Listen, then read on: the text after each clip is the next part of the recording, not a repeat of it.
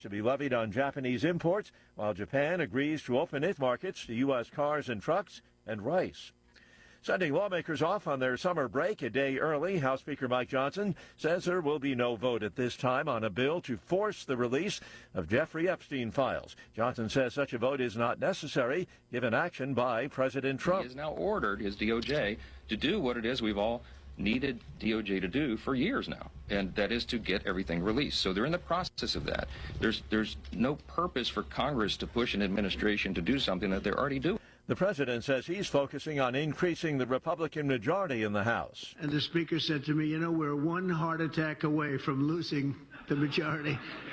We don't want to be there, and I think the results of what we're doing together will give us a tremendous midterm. We're going to work together very hard. A motorist in L.A. is indicted after allegedly driving into a crowd outside a nightclub last weekend and doing so on purpose. Los Angeles County District Attorney Nathan Hochman announced charges against 29-year-old Fernando Ramirez on Tuesday. He is accused of intentionally driving his car onto the sidewalk near the Vermont Hollywood, a popular venue. LA Police Chief Jim McDonnell. It is truly a miracle that nobody was killed that night. The suspect has a criminal history, including an aggravated battery conviction in 2019, and records show he had domestic violence and drunken driving cases pending. Audio courtesy ABC 7 Los Angeles. I'm Jennifer King. On Wall Street, ahead of the opening bell, Dow futures up 227 points, and NASDAQ futures ahead 13 points. More on these stories at townhall.com.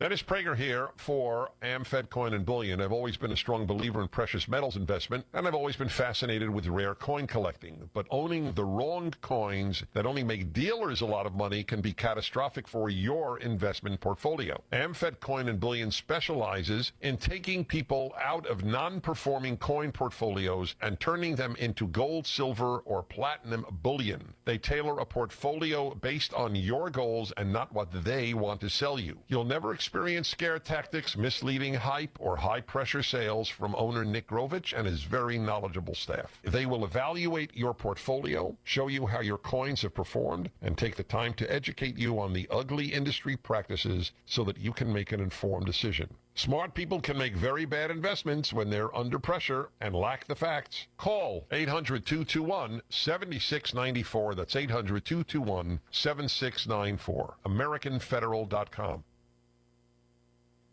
Vietnam hounded by a fierce storm.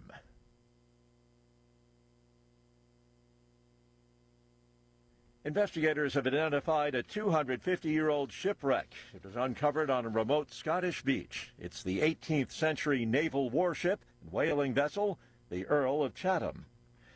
The State Department spokesperson says President Trump's special Mideast envoy, Steve Witkoff, planning to head to the Middle East as the U.S. tries once again to solidify a ceasefire deal between Israel and Hamas. Department spokesperson Tammy Bruce told reporters that Witkoff was going to the region with a strong hope that the U.S. can deliver another ceasefire deal as well as a new humanitarian corridor for aid distribution. 3 U.S. officials said that Witkoff is traveling to Europe this week to discuss Gaza and other issues, but they had no details about the stops in the Middle East. News and analysis, townhall.com. The U.S. Olympic and Paralympic Committee has barred transgender women from competing in women's sports. The committee is citing an executive order from President Trump. The order, signed back in February, threatens to cut funding for organizations allowing transgender athletes in women's sports. The policy is listed under the U.S. OPC Athlete Safety Policy and follows a similar move by the NCAA earlier this year. National governing bodies for various sports like swimming and track and field are expected to comply with the directive. The Trump administration announcing it will once again withdraw from the UN cultural agency, UNESCO. The decision to pull U.S. funding and participation from UNESCO comes 2 years after the Biden administration rejoined, following a 5-year absence that began during President Trump's first term in the White House. More on these stories, townhall.com.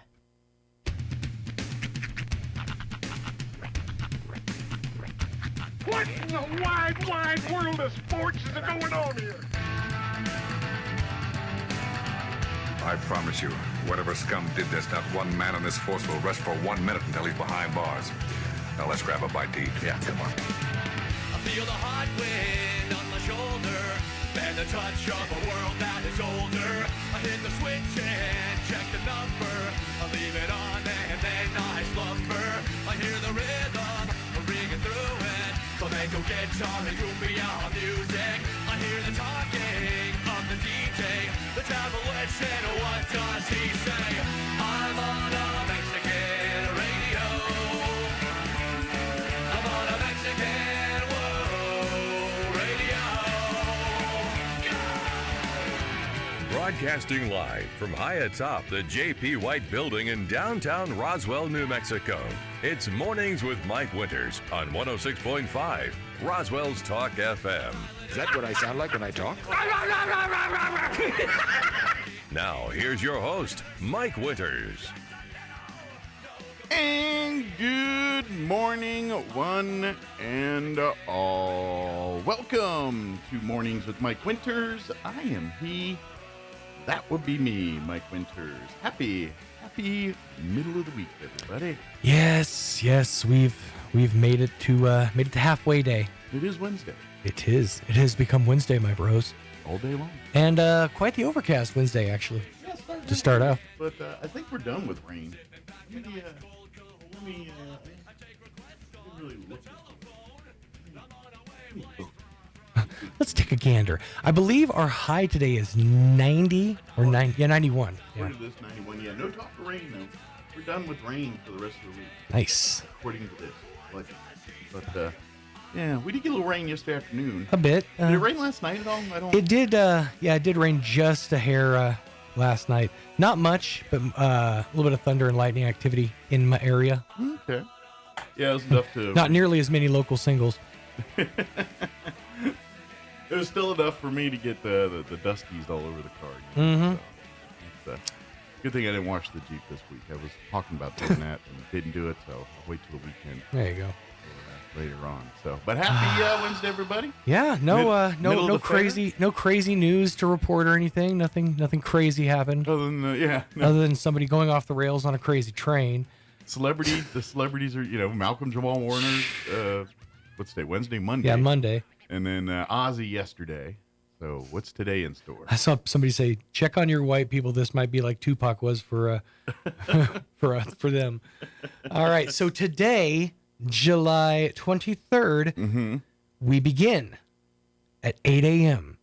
with the Breeding Sheep Show at the Chaves County Fair. Okay. That's right. That's going to be happening. Subject change there. Card subject. Oh, by the way, Kim, that doesn't mean they're going to be breeding on site, just so we're clear. Meanwhile, the Eddy County Fair at 8 a.m. is going to be holding their rabbit show. At 9 a.m., the Eddy County Fair will have their Prospect Yearling Show. Go ahead, I'm sorry. Let's say get there early for the rabbit show. It'll be double the size by the end of it. That's very true. Those shows tend to multiply. The Chaves County Fair is going to be holding their Poultry Showmanship Show. They might as well just call that Cock of the Walk. That's going to be happening today at 2 o'clock until 3 o'clock. By the way, I found out this weekend that my daughter's scream has the same frequency as a rooster. All right. Or at least I heard a rooster off in not even the distance, like 2 houses away. And I thought it was my daughter freaking out. I'm like, oh. Come to find out it was just the cock down the block. Just the rooster. Anyways, like I said, the Eddy County Fair at 2 p.m. today going to be holding their 2-year-old Futurity show. I don't know what that is. I have no idea. I thought the Futurities was like something you invested in. Yeah. Like Bitcoin.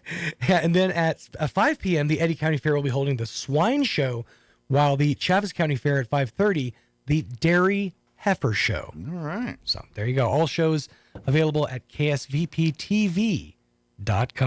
Yes, absolutely. Tell your out-of-town friends they'll be there live and on demand.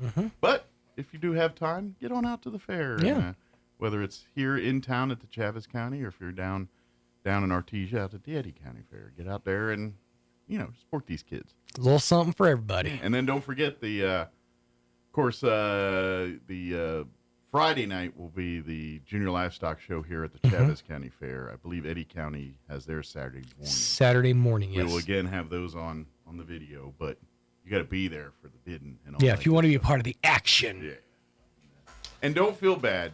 I don't have the money either to buy those. To buy myself. But what they can do is you can band together. Mm-hmm. Basically, everyone contribute a little bit, and they help. That's a great way to help the kids out. But yes, I like you cannot just cut a check for $20,000 for Right. a pig or a cow or something. Yeah. I mean, even if like it was one of those situations where like you and 5 other people got together and you split the meat. Yeah. But I don't know if that's how that works. Like, I do you don't have know to like either. sign a contract and keep it alive for Yeah. a certain number of months? I don't know either. I'm not sure. It's not This like is why I didn't get into livestock husbandry. I don't think it's like Stanley Cup where you each get it for 3 days or nothing.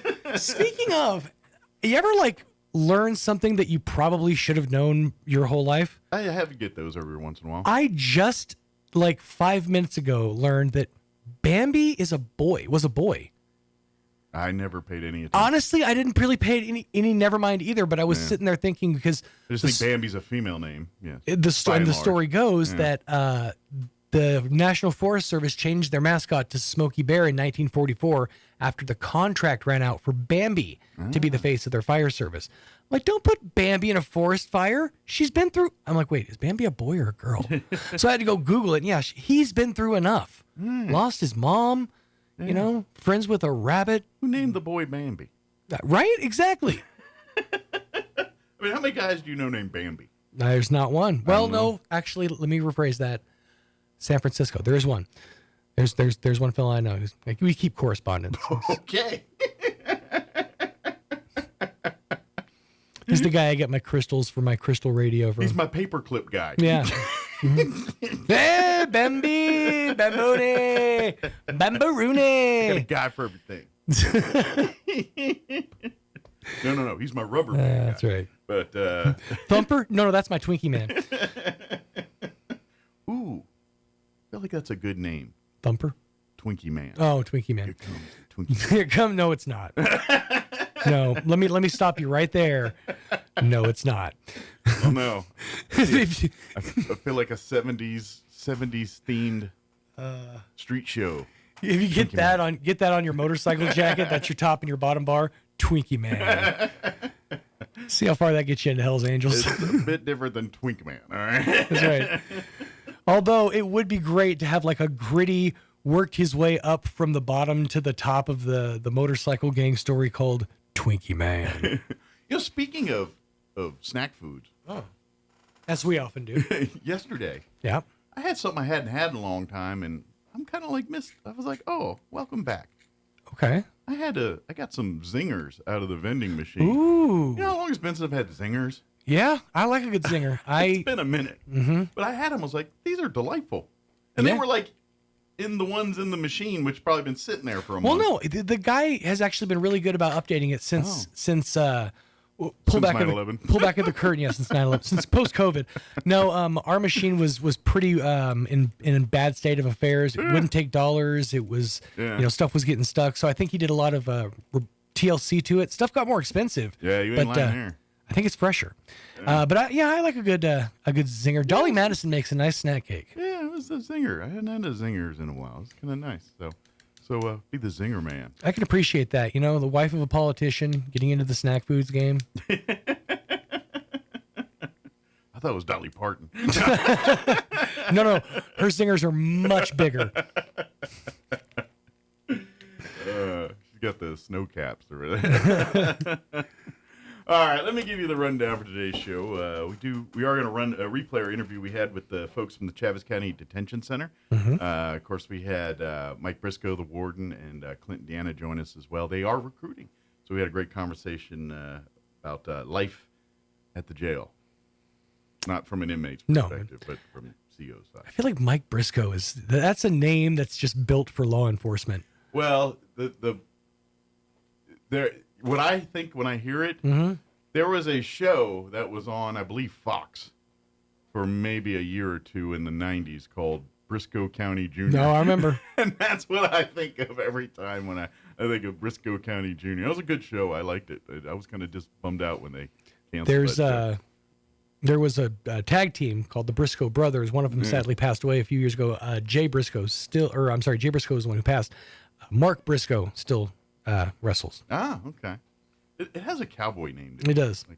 Like the Briscoe Kid. Well, you know how like every like entrance has that some kind of like right at the beginning to catch your attention, like the Stone Cold glass break. Yeah. His is reach for the sky, boy. Ooh, yeah, that's good. Not bad. That's like there with regulators mount up. Anyway, I got sidetracked there. So we're going to replay our interview we had with the folks from the detention center here in just a few. In the 8 o'clock hour, about 8:15, Don Wells going to join us talking Friends of Bitter Lake and get an update from him on that. Of course, we're about a month out from Dragonfly Festival, too. That's coming up here first part of September, right around the air race time. It's a busy time. And then in the 9 o'clock hour, about 9:15, we're going to have either Jeff or John join us on the phone to talk about Old Lincoln Days. Every year, right at the 1st of August, the Old Lincoln Days and the Last Escapability Kid pageant. That weekend is coming up August 1st, 2nd, and 3rd in beautiful Lincoln, New Mexico. So we will talk about that event in the 9 o'clock hour.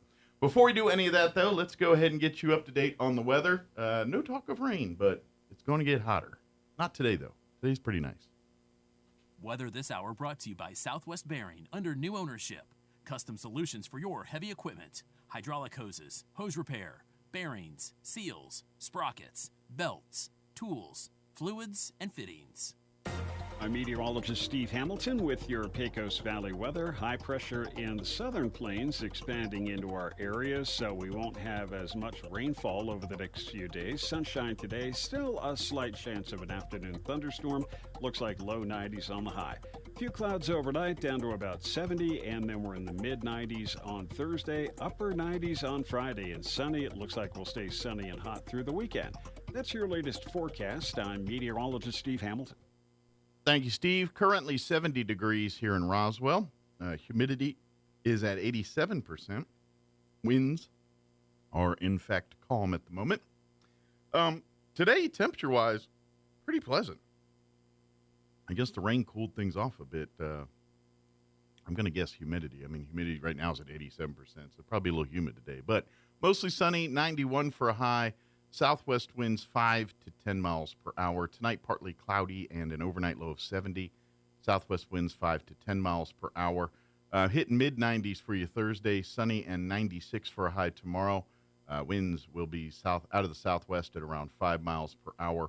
Partly cloudy tomorrow night. Overnight low of 69 degrees. West winds at around 5 miles per hour. Sunny and 98 for Friday. Winds will be out of the southeast at around 5 miles per hour. For the weekend, sunny and 100 on Saturday.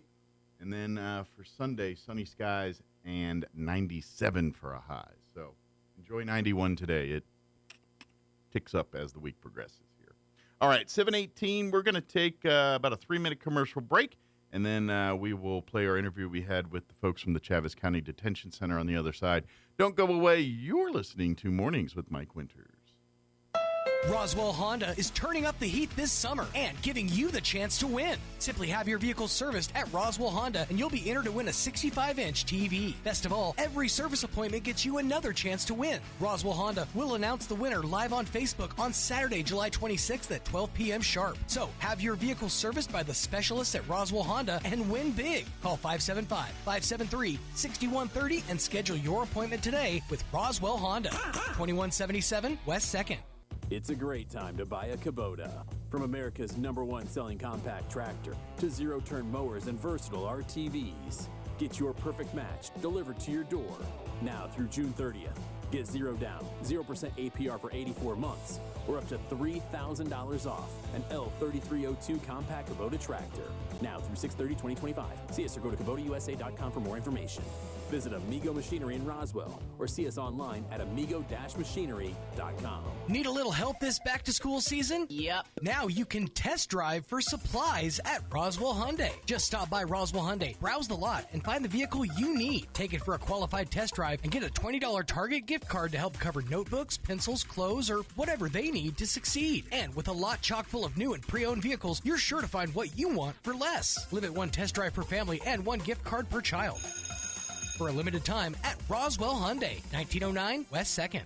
Did you know that New Mexico Military Institute offers zero-cost tuition options for eligible New Mexico residents? Whether it's high school or junior college, NMMI offers a structured, supportive, and affordable education with opportunities in athletics, extracurricular, ROTC, and the Service Academy Prep program to prepare you for success. At New Mexico Military Institute, education doesn't have to come with overwhelming costs, especially for New Mexico residents. Join the legacy. Shape your future. Apply now at nmmi.edu. Your path to a bright future starts here. At Richland Motors, it's never been easier to sell or trade your current car, truck, or SUV for a newer model to hit the road in. Even if you don't purchase from Richland, they want to buy your vehicle for top dollar.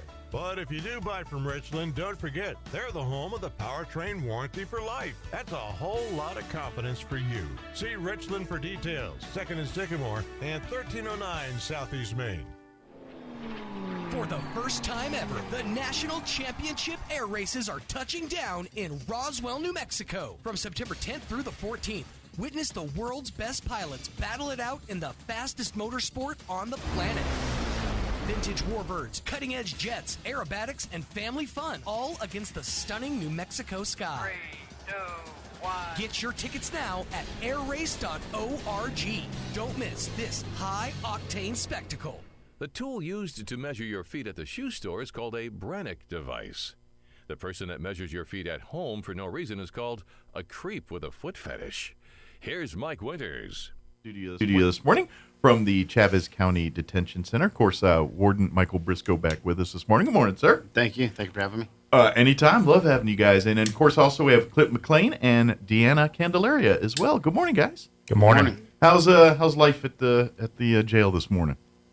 Or have you been yet? Probably haven't. Probably come straight in, or yeah, it's the same as usual. Same as usual. Yeah. No, our day starts a little earlier than most, so we've already been there. Okay, I didn't know if how your shifts worked. If of course you're the warden, I figure you roll in.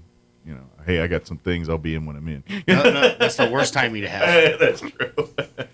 So, of course, the one thing that we really want to stress right now is the detention center is looking for quality folks to be a part of the team. We're looking for folks to probably serve in multiple roles. I mean, probably as corrections officers, but I'm sure there's other positions at the detention center that also need filling too. We currently have openings in security staff as well as our front office staff. And we also have a full-blown medical team that's a contract and a full-blown food service. So we're not looking for just officers. We're looking for all areas. Medical, food service, administrative, the whole 9 yards. Yes, sir. Matter of fact, while we're talking real quick, you don't have to wait till then. You can start applying now, but there will be a summer job fair the county's holding on the 18th for all the CDs, the detention center jobs, but every other, so if you want road department or any other departments, they'll have the openings there too. But I know you guys are right away needing folks to sign up and start getting the training and getting everything involved to take over here. And there's pretty good incentives for jobs at the detention center. Benefits are great. It's when you're working for the county, they take care of you pretty good as far as, if you're trying to raise a family, right? Then the benefits and the job security and promotion, it's all pretty good with the county. Yeah, at this point, we're at a point now where we're looking for quality over quantity. Sure. We're at a good place. As far as jails are in New Mexico, we're one of the highest staffed. Your numbers are pretty good. Yeah. We've came up a lot in the last 2 years, and we came a long way in 2 years. So our numbers are really, really good. And I'm going to take a stab as an outside looking in kind of deal. What that tells me is you're creating a good work environment. Where people, this is something, and Chavez County is notorious for this, where when they do their commission meetings, every couple times a year, they'll do like a longevity thing, and they'll introduce employees that have been with the county for 10, 20, 30 plus years. And so those are always signs that say, hey, if you got people hanging around for 30 years, that's a good place to work. So right.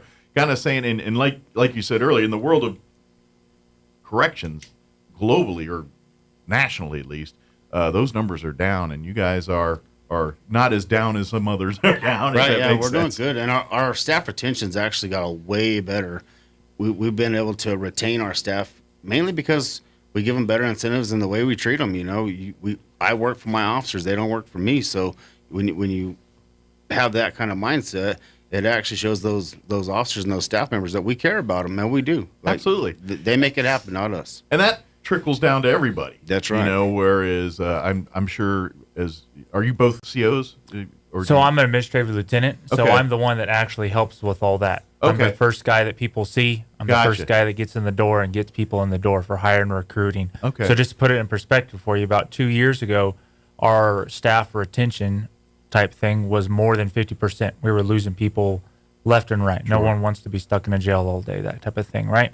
Now we're less than 20. Like, we're able to keep our staff and hold them. So we're doing pretty good. That's I only great. have about 10 openings right now. Okay, but for the right people, this is That's right. This is What what we're we're looking looking for. And so Deanna, you're a CO. Yes. So just kind of give people your typical day. Like what's a shift like for you at the detention center? So I'm actually in classifications. Okay. We do all the classifying. We classify all the detainees that come in, depending on their charges and everything. We Mhm. house them in the appropriate housings, because we're not gonna just throw the murderers in Sure. a medium. Right. We're gonna minimum put unit. them in a place where we don't Yes. intentionally or unintentionally create issues we don't need to. Yes. So we make sure that we know all of our detainees, what they're in there for, and everything like that. We also run all the investigations going through there and stuff like that as well. Well, it's kind of like a city within a city, right? I mean, yes, That's exactly I mean, what it is. Yeah. There's the outside world, but people that are in the jail, that's a whole other world there. There's almost another form of government. Yeah. It really, It is. it really is a different world, and you guys kind of serve as police officers / peacekeepers / the authority, but at the same time, you're the counselors, you're the judges, you're you're a whole You're lot of everything. hats. Yeah, we wear a lot of hats. As a correctional officer, you are everything from mental health to EMT to best friend to mentor to everything. You have a portion of it all. And the role she's in is actually in our classification division. And our classification division is actually one of the most important divisions within our facility. And the reason why is because the better job they do, the calmer my dorms are. Absolutely. You have a guy comes into jail and has beef with somebody on the streets. Well, it's their job to figure that out. So they have to learn every inmate, everyone his likes, everyone his dislikes, everyone he owes money to. That way, they're not putting him in a pod where he's going to be in danger to himself or to somebody else. So not to mention that, you kind of get kind of the inside knowledge on what's going on in our community, too, because that's correct. What's inside that jail is a microcosm of what's going on in the outside world here. Right. So especially if it's gang rivalries or those kind of things, that translates into jail, and that's where you have to come in and say, okay, they're part of this organization or they're part of this organization. We cannot put them in the same area. They got to be somewhere different, or okay, these people are, and obviously people that are less violent are probably going to be separated from the more violent folks, and then you got to break it down even more, and I know just through how jails and things operate now, the tools are different, how you do this stuff. I'm going to take a stab, not that I have experience in this, but if you went to jail, say 25, 30 years ago, it's probably a little different experience today than it would be. I mean, there's going to be similarities, sure, but like how the jail operates, when something happens, how you guys handle it's probably different. Am I right on that? It's a constant change. Yeah. And I mean, in the last 2 years, you go back 10 years, but in the last 2 years, just the security upgrades we've made to that place and the staffing has turned it around. Like really the security upgrades we've done was not even heard of 2 years, 3 years ago. A lot of the stuff we're bringing in is cutting edge, and it's the new and the latest and greatest. Sure. And you got to keep doing that with corrections, because if not, you fall back in time. Well, that's just going to lead to more problems for you. Absolutely. And our job as a correctional officer is not just to bring them in and lock them up and throw away the key.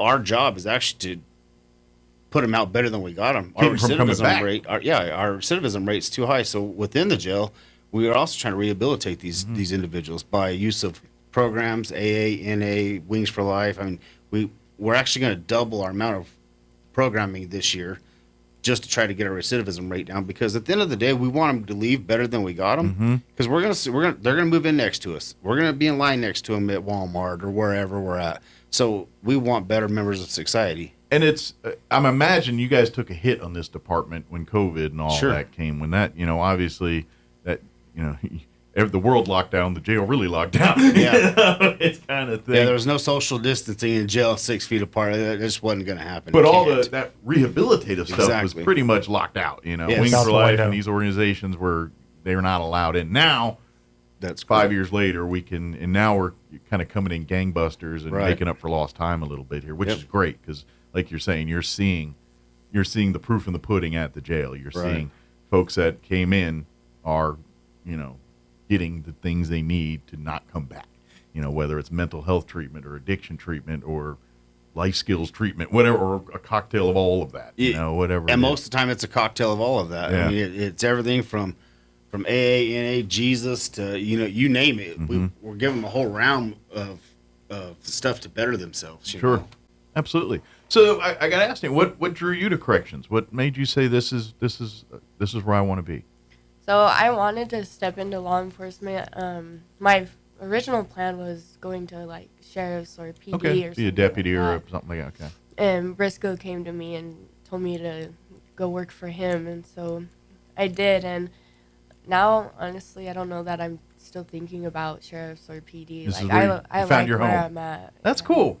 Mm-hmm. But I imagine because you kind of you get the best of both worlds. I mean, you get to do a lot of the duties that you would as a police officer, but I ain't gonna lie, you ain't getting out of a cop car and chasing a guy through a muddy field, or you know what I'm saying? You're not doing any of that kind of stuff. You get to, you're in the confines of the jail. They can't only run so far, but you know what I mean. But on the flip side of that, the rebuttal to that is, we may not have to run through that muddy field, but guess what? We got to live with them. Exactly. They deal with them for 20 minutes. We deal with them for years. You know their kids. You know their families. You know who they love, who they hate, who they're hanging out with, and what they're aspirating. But then again, that's also cool too, because I imagine your civilian life has changed quite a bit because of this. Yeah. My wife is a teacher. She's been a teacher for 27 years. I've been in radio. I can't walk into Walmart without 20 people calling her. They ain't talking to me. I got a feeling you get that a lot. Like, folks that you come across and you're like, hey, there's Dan. Hey, how's it going? And you're just like, hey, how you been? I'm going to take you, probably get a few, happy stories. Like, oh yeah, I've remarried and I've got this and I got a job. And you probably get to see some of that with your job, don't you? Mm-hmm. I do. That's pretty cool. And a lot of people worry about that, right? Like, I'm going to work in detention. I'm going to run into people that I may see or harm me or this kind of thing. But they're people. We're going to house people. Everyone makes mistakes. They're going to end up in our facility. It's how we treat them. If you treat them like humans, I've run into people all the time. They're like, hey, how are you doing? They're going to treat you like you're your brother or sister. Hey, I know him. Yeah, exactly. Yeah. Because they know that you help them. Yeah. At the end of the day, they get it. You help them, and if they're in a better place than they were, you guys had something to do with that. And I think they love it. And, honestly, the way I look at it is, as long as you're firm, fair, and consistent every day, and every day's a new day. Mm-hmm. So if something happened today, you don't hold no grudges. You go back in the next day and you do your job. Yeah. And as long as you treat everyone with respect, they're all grown men and women. And it's not our job to judge them. It's not our job to be mean to them. It's not our job to do anything other than make sure they're safe and make sure they stay there as ordered by the judge. Sure. So, I mean, if we don't take nothing personal there, you can't. And I think even when it does get personal, it does work itself out down the road. It does. And someone says, all right, see what you did there, dude? All right, maybe I come back and apologize to you. Yeah, you work it out like human beings do. That's and that's where your guys, and that's, I don't think what people realize your day-to-day job is like. It's like they all think you're, insert prison movie here and insert guard and that role. You think that's one minute percentage of the job. Most correct. Of it is being like a teacher, a counselor, being the, just there tending to needs and checking in on people and finding out about their days and talking to them and kind of thing. And obviously with your role, that's kind of what you spend a lot of time, investigating and just kind of creating the proper, I guess chemical equation there just to make everything flow in that jail. We're public servants, and our job is to keep the community safe. And the way we're going to keep that community safe is by running a good tight jail. Absolutely. I mean, it's just the way it is. And I'm going to take a stab too. Is like you were talking about technology and things. I was in leadership Roswell a few years ago, so I got a chance to tour the jail. Wasn't there for Shame other on reasons. me if I don't say 2024 was the best class ever. There you go. I was a little older than that, but I got to see 2020. That was 2019. That was 2020. Okay, so all right. We are the latest and greatest. We're all- 2024 is the best class of leadership Roswell. We're all Rick Craftites. Yeah, 2020. Dan, I guess you're next. Someday. But the technology in there, like if you want to go to visit someone there, you're not in the jail. You go to a visitor center, and they got a whole technology system that allows you to do all. We do not even have that no more. So technology's evolved so much now. That's what's updated that since you then. you don't even have to go to that center no more. Now it's all based off of cell phones. Okay, so you can do it from their house or the wherever. inmates do it from their cell. Okay. They don't even have to move, and you do it, and the visitor is at their house or some other location. Okay. Could they do? I know a lot of court stuff is handled video-wise Yes. too. Does that work the same way, where they It can does. do it from their cell? Sure. And so you don't even have to transfer No. them down the hall, or do they have No. to go to like a room? Excuse me. For court, we do walk them down the hallway. We have Okay. we have a courtroom inside of our I got jail. you. Okay. So we walk them down there to a video arraignment or whatever. Perfect. There. Okay. But either way, this eliminates the problem of escapees during transports and exactly. every once in a while you hear about one of those, some van and Sure. someone gets away and this is one of the positives from COVID, I think, is Right. because we had to get more virtual with everything. It forced us for technology. And for corrections and law enforcement and the judicial system, there is some advantages to Yeah. that. And in terms of safety, as far as the least we have to move these inmates or wherever, I don't know the proper term, the Detainees. the incarcerated. Every time we move, every time an inmate has to be transported, a detainee has to be transported, anything, medical, court, whatever, it's a security risk. Yeah. So with that technology coming in and us doing courts and everything inside there, then it lowers our security risk. Absolutely. It makes it safer for my officers. Absolutely. As well as that inmate too. Yeah, exactly. So this is what I'm trying to say is life as a CO or really any position there at the facility. It's like another 9-to-5 job, like anything else in many ways, other than there's a few more bars and security to get in and out and things. But the work life's the same. Like, I'm sure you have two sets of friends. You got your fellow coworker friends, and then you have relationships with the folks that are permanent or longtime residents of the jail here. So we look at it as we're a family there. Corrections is definitely a dysfunctional family.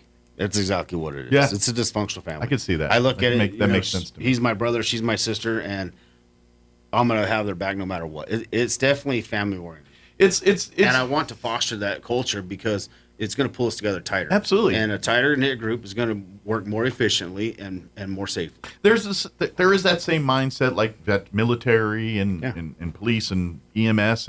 It's that everybody's watching each other six kind of thing. Right. And when you work in a job that needs that type, it creates a different kind of bond. You can't fail on that. Yeah, than working at the copy hut or whatever. You know what I mean? Sure. It does great, and in turn, y'all turn into family, like you said. When you're not at work, there might be a weekend where everyone's at somebody's house barbecuing, or you know what I mean, or going to whatever, going to the park and have a cookie, whatever. You guys hang out outside of your work day too. Right. It's definitely not for everybody. Not everyone can do the job. Sure. You gotta be a very patient person to do this job. And smart. You gotta be smart, and you gotta be quick on your toes. You gotta be the best tool you got on your tool belt. Like, yeah, they may wear vests, they may wear radios, cuffs, spray, everything, but the best tool you have as a correction officer is your mouth to de-escalate situations. When you de-escalate a situation, it's less litigation, it's less injuries, it's less worker comp claim, and it's safer for everyone involved. And it also strengthens for the next thing. Exactly. You're creating that relationship. And it also teaches that inmate how to actually talk something out rather than use his fist or violence. You know? Can I ask you, and I'm not from a female perspective, because I'm going to take a stab that there might be some women that might feel intimidated being in a jail.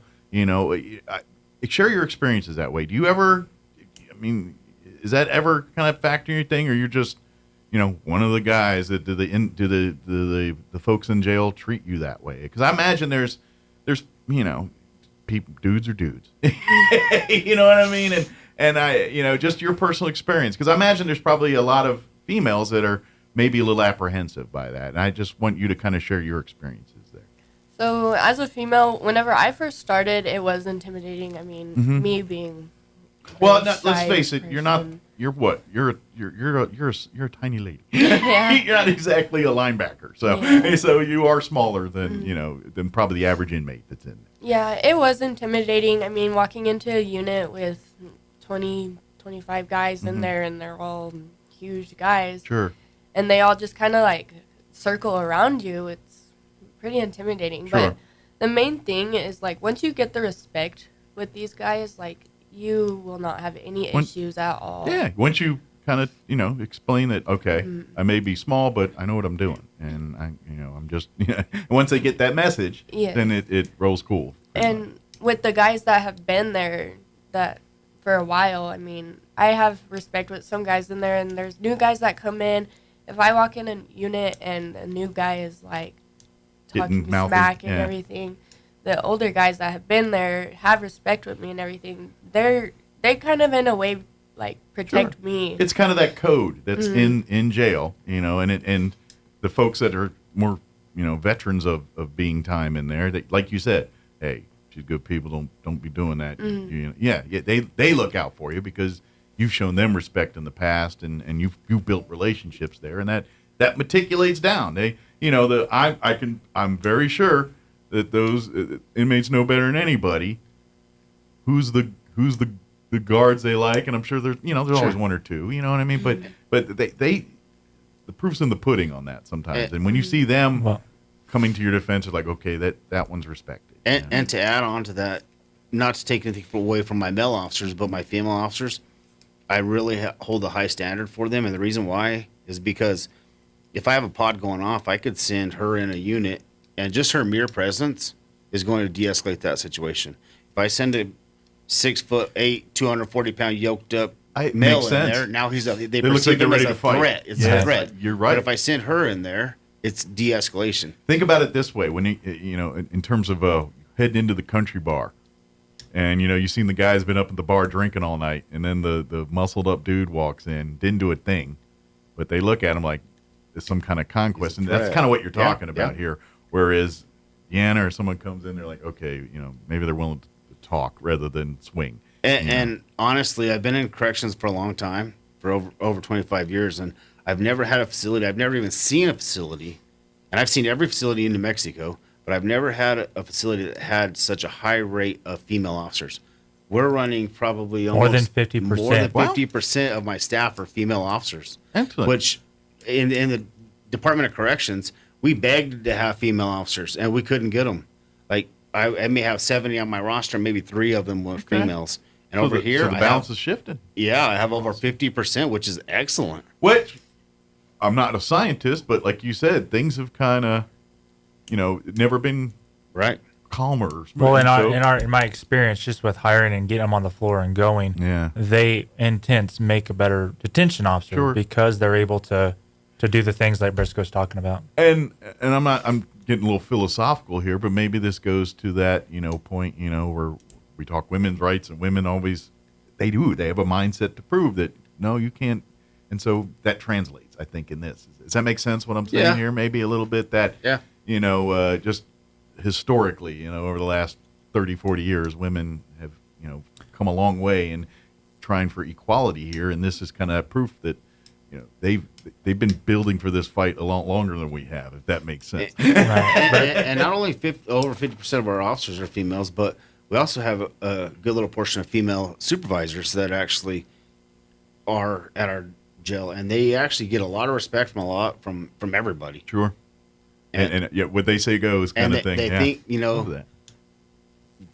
think they tend to think a little more calmly and clearly than a yoked up officer, Or their instincts are, go to the fists. The other might be, all right, let's. Well, it's just that inmate mentality, right? Sure. I mean, and it's a culture that is breeded in jails and that kind of stuff. He says I have a female officer walk in there, they're not going to give her as much problem as Not they're much of going to the give me, bravado and right? much- Or, yeah, that or makes trying sense. to attack me or that kind of stuff. They can't do that. They don't right? have to. They're not going to show their manhood to them, Right. per se. Where you walk in, they're like, okay, I got to. Right. They're not going to back down, type of thing. That makes sense. And not yeah. only that, they also have their own standards and their own rules. And one of those rules is they're not supposed to be attacking females. So it actually kind of, their rule works in our favor. Sure. So, There is a respect code there. There is. There's always, and that's, I've watched enough of those jail documentaries to know that's pretty universal in every jail. There's certain things, certain lines you don't cross, certain things you don't do, and if you respect those things, your time in jail is probably going to be all right. and don't get me wrong, yeah, I may send her in there, but don't think that 20 of her brothers ain't standing outside that door waiting to come That's in. the other in thing case too. something Is don't happen, the 'cause moment she has any kind of problem, there's like you said, you're- 50 people ready to handle business. Yep. Well, and that's the because other they look at her as that's their little sister. So you ain't gonna put your hands on my little sister. Yeah. So Yeah, because like it's that thing. It's that bond, that family. that's right. It's no different than like a weird comparison is military folks. Right. I was in the Air Force and I got so much crap from Marines and Army about and we give it back too. But the moment somebody that's a non-veteran starts cracking on the Air Force, the Marines are like, "Hey, buddy, stay in your lane, dude." Well, and people worry about that, right? They worry about, I'm going to get attacked, or I don't want to deal with that kind of stuff. Yeah. Really, when you think about it, it's not like the TV shows or anything. 90% of the time is what I tell people when I hire them. 90% of the time, nothing happens. Sure. It's just a it's an quiet easy, day. No, I don't say the Q word, but it's a nice day. You know what I mean? Yeah, So- don't jinx it. Yeah. But 10% of the time, the rest of the time, we train and we prepare and we coach. it's just and a lot of trying to hire people. A lot of people see these movies and they see these shows and they think that's how it is on the inside, which holds them back from actually applying. And it's really not. It's really not at all. I mean, when you get in there, you realize that all of that TV show is just smoke and mirrors and not real life. When you get folks that apply locally, is that, I'm just kind of, from your perspective, is that a positive or a negative, or does it matter? Because like someone that grew up and is raised here, odds are they're probably going to know some people in there. Yeah, where right. someone that's coming from the outside isn't going to have We're a it. small community, so Is you that- know them. I imagine that could go both ways. Yeah. Yeah. And a lot of times it can go both ways, but more than not, you see them there and they don't want to act a fool or act out in a way because they know you. Sure. And they hold a level of respect for you on the Sure. streets, so they want to I carry remembered that you in on. high school or whatever. Yeah, exactly. Sure. That's of course, usually- if they remembered you for Right. something else. Right, yeah, exactly. But that's right. But so, folks, local, yes, please come and turn an application, find out what this is all about. We offer great benefits. I've worked for the state for 20 years, and if I'd have known that the county was this good to us 20 years ago, I'd have been at the county. Yep, I really would have. Our commissioners, our county manager, everyone involved, they have our back 110%. And I know, and it shows. And the thing is, nothing's perfect. Right. They have problems Sure. at the jail just like anything else, but they get addressed. That's right. Yeah, you know what I mean? It's like, okay, we found a loophole, we found an issue. What do we can do to fix it as soon as humanly possible? And what's happened. And with it evolving, everything evolves. And every time it evolves and we find a new problem, we come up with a solution to fix it. And then I take that to our finance committees, to our commissioners, and say, hey, here's the problem. Here's what I need to fix it. And they have been really, really good to us. Nice. Really good to us. I got a weird, dumb question. Sure. So, like, when you guys go on a shift, you're there the whole time. You don't leave or anything, That's generally. correct. You're there for your, what is it, It's 8 12 or and a 10 half hours. 12 and a half hours. Usually for most people, it's 12 and a half So I got to Pay them ask, through their lunch. what happens if you don't bring a lunch? Are you, like, eating inmate food? Or No, can we have a Can you full- DoorDash something? Or how's that work? Not only can you DoorDash something, but we got a full-blown snack and vending place. Okay, too. for staff. employees Yeah, and for staff. staff, yeah. Okay, cool. I was just curious. I was like, man, that's... You it's can like, get you everything forget- from a bean burrito to a cappuccino. In there. Nice. Okay, so you can eat good. All right. I was just Yeah. curious. I was like, man, you forget your lunch. You're like, I'm getting the, Yeah. the jail food. But the jail food's not bad. It's not bad, but It's not. I wouldn't pay for it. Put it that way. You can eat it. Yeah. I think that's. Do they still make the commissioners come and eat lunch with you guys every year? Yeah. So on their tours, they come through and they do a walkthrough of it just to make sure everything's up to standard for their side. But of I know, it. for years there, they'd actually come and eat the food and everything else. I don't know if they still did that. I don't think they ate on this last tour. Gotcha. But make them. I'll offer it. Yeah. I'll have to offer it next time. Yeah, I get it. Actually, the food's not bad, but it's just it's not built to look like you're not eating it at a restaurant. This ain't IHOP. Well, and for the inmate food, we actually upped that. When I got there, we were at a 2,800 calorie diet a day, and we upped that to a 3,200 calorie diet a day. So we were able to do that and lower our price. So I mean, it's a win-win. The magic works here too. You're right. And of course, the other thing is, folks don't know, they did a major renovation of the facilities a few years ago, and it's one of the best state-of-the-art facilities for the moment. And so technology changes that. We actually just had 2 dormitories that we remodeled and put in all new ceilings and a bunch of light fixtures and stuff. So, I mean, keeping it up to par is a job in itself, but we're kind of playing catch up. Sure. So. But it's also a delight that you don't have one of the issues that many jails do is overcrowding and some of those things because of these upgrades. Sometimes. It's not as bad as it could be. That's correct. That's correct. Yeah. So let me ask, just seeing the time, we need to wrap up here. Is it best to maybe go through the city's website to apply or come to come down to the jail? Or what it's governmentjobs.com. Okay. Is the website. You're able to apply on there, fill out your application. Okay. Like I said, I'm the first person to contact, and our HR department will get me the application. We set up, as soon as I get the application, we're setting up interviews the next day. Very good. We'll hire people within a week. It usually takes about a week process.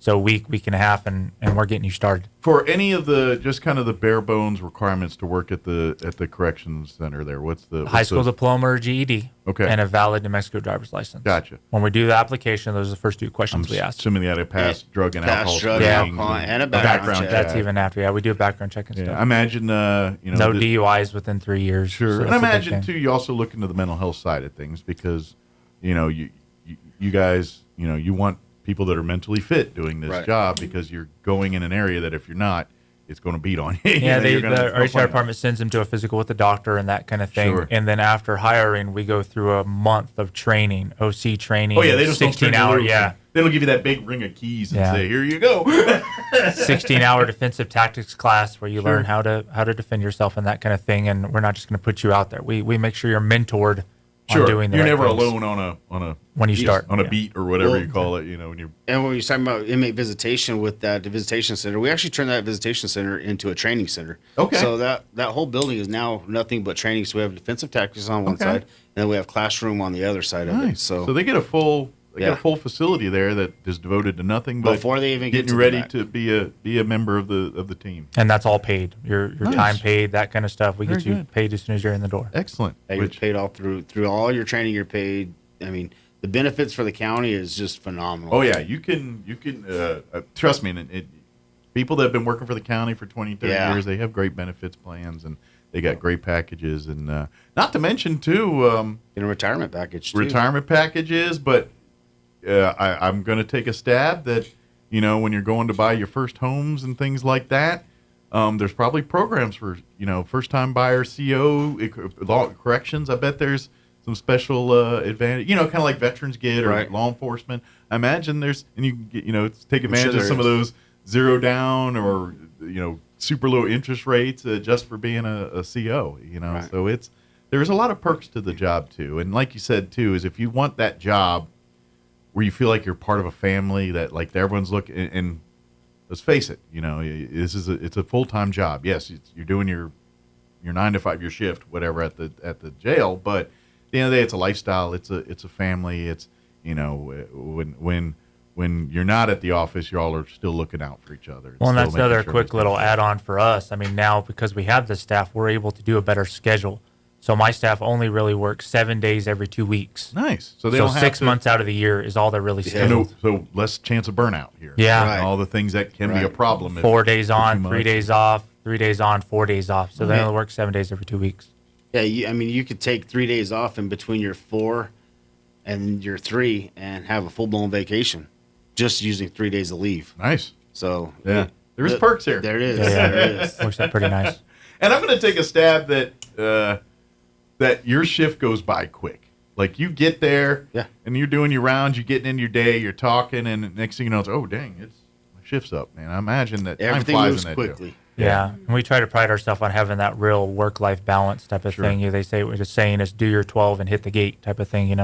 So come do your shift, handle what you need to handle, and go home. Go home and got to be able to balance both. Leave it at the office. Exactly. So, very good. So if you're interested, please start asking questions. Start the process here, and who knows? 1 year from now, your whole world could be completely different. That's right. You're on a path to whatever your dreams are, kind of thing. And then don't forget too, on August 18th, at the county office, 1 St. Mary's Place, they are going to have a Chavez County job fair that will include obviously all of the positions at the detention center, but all the other county jobs. Yeah, road, flood, everything else will be there too. Clerk's office or wherever there's other openings and things. That'll be 8 to 4. If you have questions about that, you can always call 575-624-6557. Again, 575-624-6557. I'm thinking that's probably HR at the county building. Yeah, Dominguez. And you'll be able to talk. And then, of course, if you have more questions about any of this stuff, they'll be happy to shoot you over here to Clint and get you taken care of. So, is there anything we missed? Anything you guys wanted to talk about that we just failed to talk about? And when we say hi to you, she was real excited to come on the radio this morning. So nervous.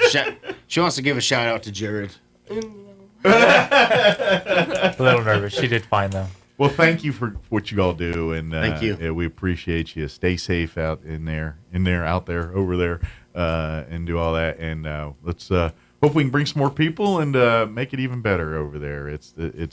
And hopefully I don't have to be one of your customers. No, otherwise you're going to get the food. That's right. But don't worry, you ain't going to have to pay for it. We'll take care of you. That's right. I'm not worried about that. We'll give take a care shout of out you. to Fred.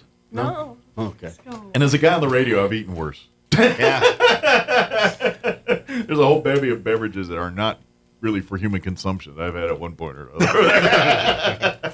Thank you, guys, and we'll see you again soon. Okay? Thank you. Now for your Pecos Valley News Update. I'm Jared Cirillo. The 2025 edition of the Eddy County Fair is underway. The parade kicked off the fair festivities Tuesday morning through downtown Artesia. The fair running from now until Saturday at the Eddy County Fairgrounds on South 13th Street.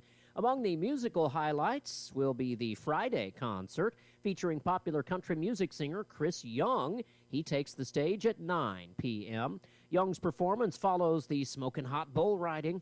The bull riders will compete for prize money and, of course, the championship belt buckle. The competition gets underway at 7 o'clock Friday. Tonight is Faith and Family Night. Gospel music groups Rhett Walker Band and Unspoken. Authorities have arrested a man for the killing of a 5-month-old in Clovis. The incident happened Sunday afternoon after authorities received an emergency call. Police arrested the father, 35-year-old Jared White, and he is now charged with child abuse resulting in death. An investigation continues in the case, according to Clovis Police. They have not released any other information. You're up to date. I'm Jared Cirillo. Still burning cash on posters that get tattered, tired, and tossed? Turn heads with vibrant LED posters from DSI. Plug and play with custom updatable graphics. Showcase a single showstopper or link several for a seamless video wall. For over 27 years, DSI has helped New Mexico businesses communicate smarter with printers, IT support, AV, and more. Ready to elevate your message and cut costs? Call 888-386-7834 or visit dsinm.com today.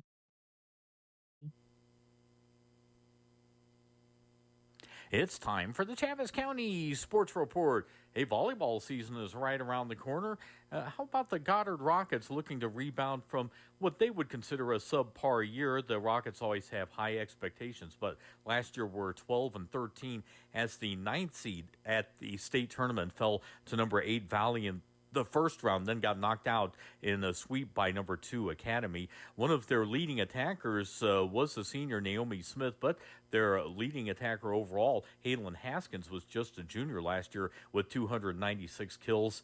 Aaliyah Dominguez, also a junior, 97 kills, and Camila Herrera with 58 kills. They've also got young hitters that were very young last year, Mila Franzoy and Tatum Boone, and their setter was only a freshman, Landry Brown. Season starts September 2nd at Gadsden. The Sports Report brought to you by DSI. Call DSI for all your office technology needs. I'm Eric Butler at Roswell's Talk FM 106.5.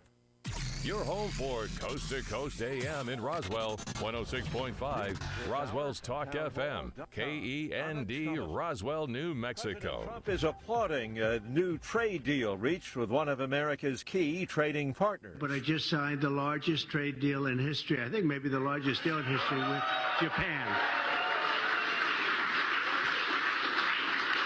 And that was done with Japan. They had their top people here, and it is the most significant of the clutch of deals that Mr. Trump has struck we so worked far. on it long and hard, and it's a great deal, everybody. I always say it has to be good for a deal. In a post on Truth Social, Mr. Trump said Tokyo has agreed to invest $550 billion into the U.S. American cars, trucks, rice, and certain agricultural products would also be sold more freely in Japan, according to the president. The announcement sent stocks in Japan and South Korea higher, led by automakers like Toyota, Honda, Nissan, and Hyundai. The yen also strengthened against the dollar.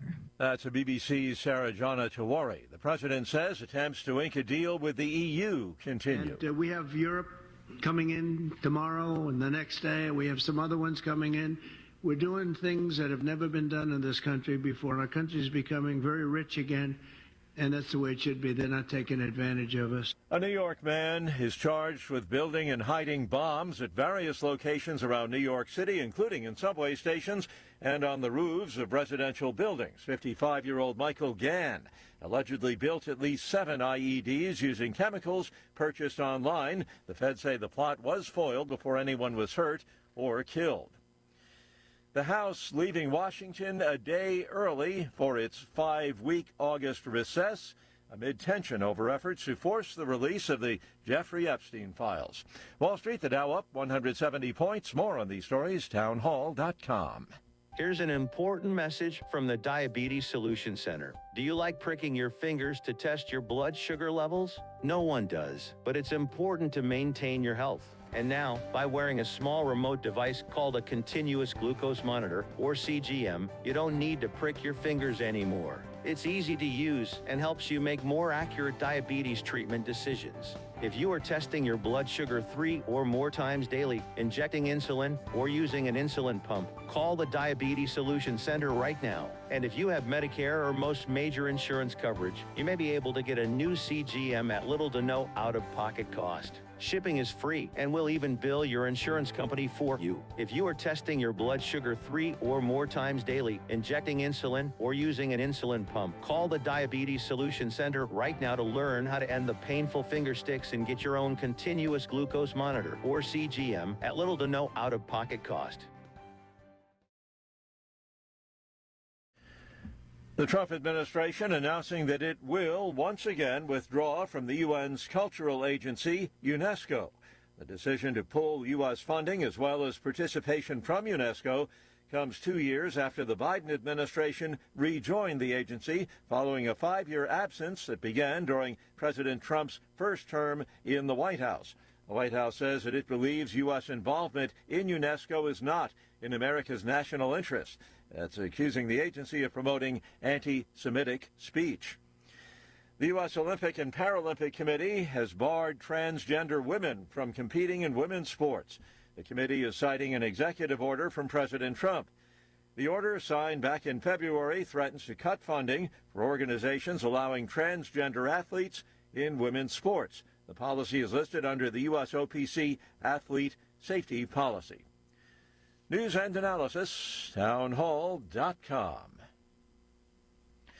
The State Department spokesman says that President Trump's special Middle East envoy, Steve Witkoff, is planning to head to the Middle East as the U.S. tries yet again to solidify a ceasefire deal between Israel and Hamas. The department spokesperson Tammy Bruce telling reporters that Witkoff is going to the region with a strong hope that the U.S. can deliver another ceasefire deal, as well as a new humanitarian corridor for aid distribution. 3 U.S. officials say that Witkoff is also traveling to Europe this week to discuss Gaza and other issues, but they offer no details on the stops in the Middle East. Lawmakers in Texas meeting for the first time to address the deadly flooding on July 4th left at least 135 people dead. A joint committee expected to review local officials' handling of the flooding as well as flood warning systems. More on these stories, townhall.com.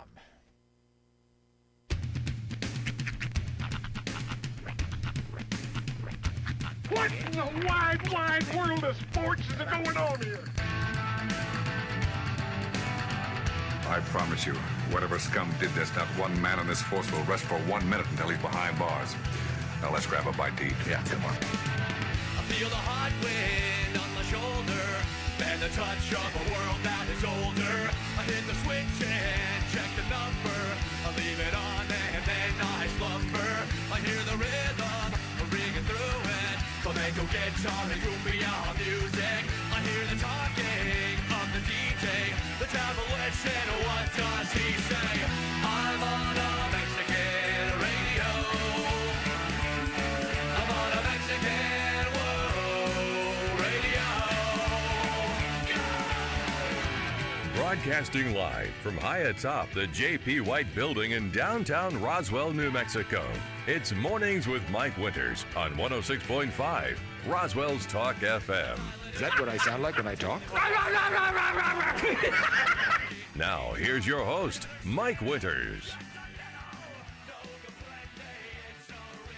And good morning. It is 6 minutes after 8 o'clock.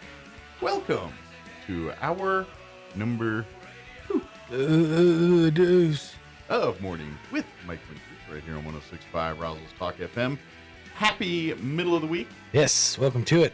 Right at the top of the hump there. Mm-hmm. Happy Wednesday, everybody. Ride that hill on down. Yeah, get on coasting. As Kate Bush would say, running on that hill, running down that mountain. Hey, I saw just a few minutes ago another promotional trailer for the Naked Gun movie. It's coming out August 1st. I'm doing my best to not watch them. Well, this one you could be safe to watch because it doesn't show any clips of the movie. Oh? Yeah, it's basically a 2-minute PSA sounding ad. And it's Liam Neeson sitting in the chair and he's like, with a decline of comedies today, and they start showing like various comedy clips of other movies, like everything from Anchorman to right, everything. And he's literally doing the just for the cost of one movie ticket, you can see comedies going in theaters. It's one of those type ads. And of course he does the typical Naked Gun thing at the end. He just sits there serious, and all of a sudden you hear it's pretty good at the end, and then it says Naked Gun in theaters August 1st. Still one of my favorites is, and it wasn't even part of the trailer, it was just like the, you know how they show like that the 3-second thing before they get to the trailer or whatever? It was the scene where Liam Neeson's character is driving down the highway, and you just see the light, like the lights go by him. You see in the background, he's clearly moving, and then a guy reaches through and hands him a cup of coffee, and he just goes, "Thank you." Goes back to driving. I think that's part of also the scene where he's having an emergency bathroom, and he's like, "Oh, not another pair of hands." Yeah, I'm very excited for the movie. I'm getting excited. I'm going to go see it in the theater, I'm sure. I feel like it's one you have to go to the theaters for. I ain't been into a movie theater in a minute. It's time to go back. Problem is they put movies on TV too quick. They really do. I mean, literally like okay, it was in theaters, but here in about another week or two, I can rent it. Well, if you want to guarantee that, you just hope that the movie bombs. Yeah, although some are pre-planned. Because I'll tell you what, blockbusters are coming out pretty quick. We're probably sooner rather than later going to see I Know What You Did Last Summer on digital, because they said that movie just bombed in the open weekend. So to make their money back in the back end, we'll probably see it not on like streaming, but on like digital on like rental, like to rent. Yeah, I don't think people cared about the I Know What You Did Last Summer movies as much as people thought they cared about I Know What You Did Last Summer. I don't think that there's that many people that were that attached to that cast. I think there's more people attached to the scary movie spoofs of it than there is the actual movie. I tend to agree with you on that. I'll be honest, the one I think that they should do, and I know that we're not necessarily far enough removed from the universe, but I want to see one more time the original American Pie cast get together. To another American whatever. Yeah, American Wedding or American Reunion. They've kind of run out of reunions, haven't they? I maybe, but I mean now they're in their late 30s, early 40s. American Divorce, or I guess 40s. It could be American Divorce. I mean, I'm not sure what you would bring them together one more time, but it's just I want to see the whole group together. I want to see Stifler be Stifler one more time. Like they could have done a baby thing, but I think they're past that now. Maybe a grandkid thing. Maybe you know what? American Vacation. Maybe they all get together and decide we're going to go on a cruise, or something to that effect, and hilarity ensues. Chevy Chase and the Shermanator. That poor guy's working at a Starbucks. Yeah, I don't know if he's available. I'm sure he can get his shift manager to give him a break. Hey, I have to ask Mr. Peterson. Mr. Peterson. I know a guy's allegedly made 6 figures on tips. You never know. That's true. It's like when you find out the guy with the crazy hair from American Idol, Sanjaya, I think is his name. He was playing guitar in the subways of New York City for tips. Nice. Like that's how the mighty have fallen, you know? It happens. It happens. I think some entrepreneurial restaurant guy ought to literally start a restaurant and just hire the wait staff and everybody as former reality child show actors or reality whatever, like I could envision like Puck from The Real World working there. You can just call it, hey, it's that guy. maybe I think you could even dust off a few oldies like Brigitte Nielsen. Remember her? But think of the possibilities. You've got a lot of, washed up, even like in the kitchen, washed up food celebrities. You can get Alton Brown for your kitchen. Ooh. Right? As like your head chef.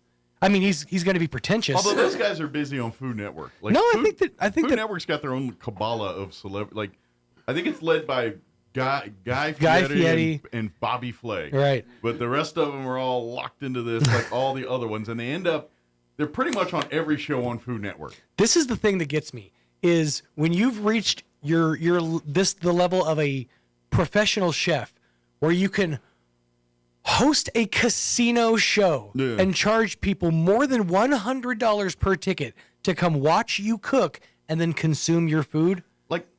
Not even like full, like a sample of your food. Yeah. Oh, yeah. And people will come lining up. But here's the thing I wonder, because, it's like there's the Food Network stars, all the Bobby Flays and the Alton Browns and the, various other cavalcade of people they stick over there. I feel like there's like this faction in that world. There's all those folks.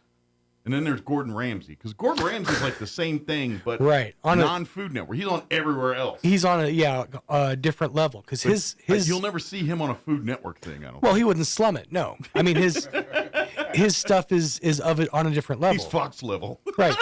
Even in the frozen food aisle, we've talked about this. His dinners, stand above most of the other. And as a single man from a trailer park, let me tell you what I know from a good TV dinner. I don't know, man. I think Hungry Man's still got to beat. I saw something kind of interesting at the store. Swanson guy. Hungry Man is doing a duos thing now. Oh, okay. It's a piece of fried chicken and it's Salisbury steak. Oh. I'm like, for the man who can't decide. Right. If you're that indecisive about dinner, it's no wonder you're enjoying a Hungry Man right now. Probably, yeah.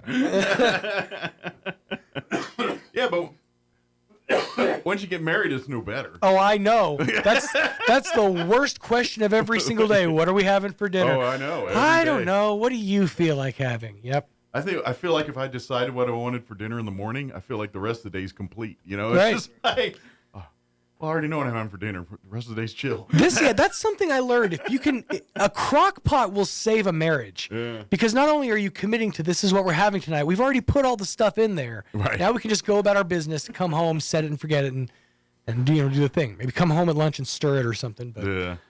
Problem is, 1 minute I'm in a mood for something, and then like a half hour later, like, man, I want this. Yeah. That's the problem. But such is life. And but anyway, no, I've not seen the Hunger Man split decision dinners. Well, Whatever you want to call those. Keep your eyes peeled. They're coming to a store shelf near you. Speaking of that real quick, speaking of grocery stores, and then we got to move on, but this is a subject that I'm having trouble wrapping my head around people's ideology on this. Okay. And it's going to shopping carts and parking lots. Like you see those cart Nazi videos where people harass people that don't do that and all that. Mm-hmm. That's a little over the top. But anyway, I literally saw just a post where someone put a shopping cart up and said, "Be honest, do you return these?" And most people were like, "No, that's not my job." That was I was thinking most people would be like, "Yeah, you're a savage if you don't do that." Yeah, for the sake of... the majority of the comments, people are like, what do you first you got me checking myself out. Now I got to put my own cart away. Okay. And I'm like, do you realize the cart corral is not for them? Right. It's for you. It's for the sanctity of your own vehicle. I mean, I guess these people don't live in New Mexico. Maybe that's what it is. Right. But you can't park a car out here, and you put a cart out in no man's land. In our wind? It's hitting somebody's car. Mm-hmm. It has nothing to do with the store or the man or what you should or should not be doing at a grocery store. That, I pay enough for this. That they can put a cart away. I'm taking away jobs from people. Are you? Are you really, though? I cannot stand the "it's not my job" argument. Number one, who cares? Number two, you are the reason we're losing self-checkouts. And I love self-checkouts. I don't have to interact with somebody, have a whole conversation. I love the option of them. Yeah, well. I don't always use them. Here's I love the the thing. option of them. I don't like when they get mad at me for putting my stuff in the cart. Like if I take it from the platform and place it in the cart, item removed from the bagging area. Please replace this. It's like, but then you have to go, I removed it or something. That technology's getting better, though. It is. The Walmart one is great. Yeah, they used to be real bad about that. Yeah. Now I only see it occasionally. Mm-hmm. But, yeah. Like I said, Walmart their self-checkouts are up there tip top. I only hate doing those, like, when I've got things in bags that require weights. Then I'm like, I'm out. Let the professionals handle it. Well, yeah, but also, I mean, honestly, that's pretty easy too. You just scan whatever the sticker is on the thing and you put it on I know, but that requires thinking, and at that point, I'm done. So, I just want to be, scan, please, give me, take my money, see you later. But the cart people, I think, are just savage. Absolutely, yeah. Like if you're so involved in your life that you're too good to put your cart away, I judge you. Right, you people should. Like, it's not. No, I'm sorry. If you can't do basic, simple things for the common good, you were probably a bad person. I'm just pointing that out. This is why I get mad at little things like this. Like, you can't even have the common decency to go 15 feet to put that cart in that corral. You're a jerk. Yeah, exactly. I 100% agree. And I've always been a cart pariah to people. I'm like, are you gonna put that up or? Yeah, I don't go harass people. Oh, I don't harass them, but if I see them, what bugs me is when they will park it in front of my car, and then just walk away. I'm like, cart corral's over there, and they give me a dirty look and then go grab their basket. My wife will say things, and that's when I'm like, shut up, because if this thing escalates, you ain't fighting, I am. Right. Dude, there's things that put perspective on your life. I had one of those this morning. I opened my front door to go put my stuff in the car, before I got the kids up and ready. And there's just a stray dog outside. Like, not like a vicious dog or like a pack of dogs, but like a dog with a collar and a bandana on. Okay, like a dog that maybe got out. Was somebody's dog. Yeah. Still, though, in that moment, I'm like, go on, get! No reaction. So I slapped my door and the dog ran like 15 feet. And then I shut my door. I'm like, for a very split second, I'm like, do I call in? Yeah. This is the situation I find myself in. I'm way weaker than I thought I was.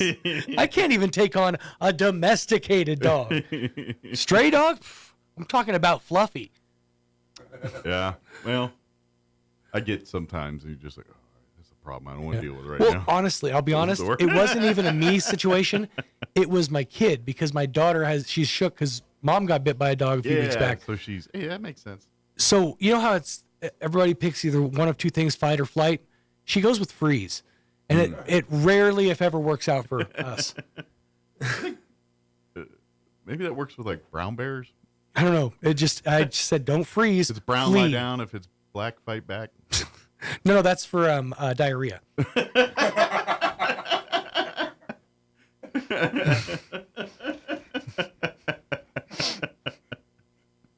I'm just gonna go. It's not getting better than that. Fetal position. All right, it is 20 minutes after 8. Goodest place to end as any, I reckon. Don Weld regrettably had to listen to that. He's going to join us here in just a few minutes. From Friends of Bitter Lake here, give us an update. You know what? I know everyone's talking about air races and all that. We're like a month away from Dragonfly Festival, too. I mean, it's coming up pretty quick. So we got to talk all about that. So we'll do that and get an update from Don here in just a bit. Before we do any of that, though, let's get you up to date on the weather. I'm meteorologist Steve Hamilton with your Pecos Valley weather. High pressure in the southern plains expanding into our areas, so we won't have as much rainfall over the next few days. Sunshine today, still a slight chance of an afternoon thunderstorm. Looks like low 90s on the high. A few clouds overnight, down to about 70, and then we're in the mid-90s on Thursday, upper 90s on Friday, and sunny. It looks like we'll stay sunny and hot through the weekend. That's your latest forecast. I'm meteorologist Steve Hamilton. Yep. Thank you, Steve. Currently 72 degrees here in Roswell. Humidity is at 82%. Winds are calm at the moment. Today actually is kind of nice. I mean, for summer. Mostly sunny, 91 for a high today. South winds 5 to 10. That's about as good as you're going to get in southeast New Mexico. Partly cloudy tonight with an overnight low of 70. Southwest winds at 5 to 10 miles per hour. Thursday, things start warming up, though. So enjoy 91 today, because that's not going to be the case after today. Thursday, sunny and 96 tomorrow. Winds will be out of the southwest at around 5 miles per hour. Tomorrow night, we're looking at partly cloudy skies. Overnight low 69 degrees. West winds at about 5 miles per hour. Friday, sunny, hot, 98 for a high. Winds out of the southeast at around 5 miles per hour. Saturday, we're going to hit the century mark, sunny and hot with a high 100. Sunday as well, sunny, hot, 97 for a high there. So, like I said, enjoy the 91 today because it gets a little warmer after that. So, all right, it is 22 minutes after 8. We're going to take about a 3-minute commercial break, and then Don Weld will join us wearing his Friends of Bitter Lake Wildlife Refuge hat. That's up next. Don't go away. Roswell Honda is turning up the heat this summer and giving you the chance to win. Simply have your vehicle serviced at Roswell Honda and you'll be entered to win a 65-inch TV. Best of all, every service appointment gets you another chance to win. Roswell Honda will announce the winner live on Facebook on Saturday, July 26th at 12 p.m. sharp. So have your vehicle serviced by the specialists at Roswell Honda and win big. Call 575-573-6130 and schedule your appointment today with Roswell Honda, 2177 West 2nd. When managing a chronic illness, access to the right treatments makes all the difference. Artesia General Hospital's Infusion Center provides IV therapy and biologic treatments, so you don't have to travel far for care.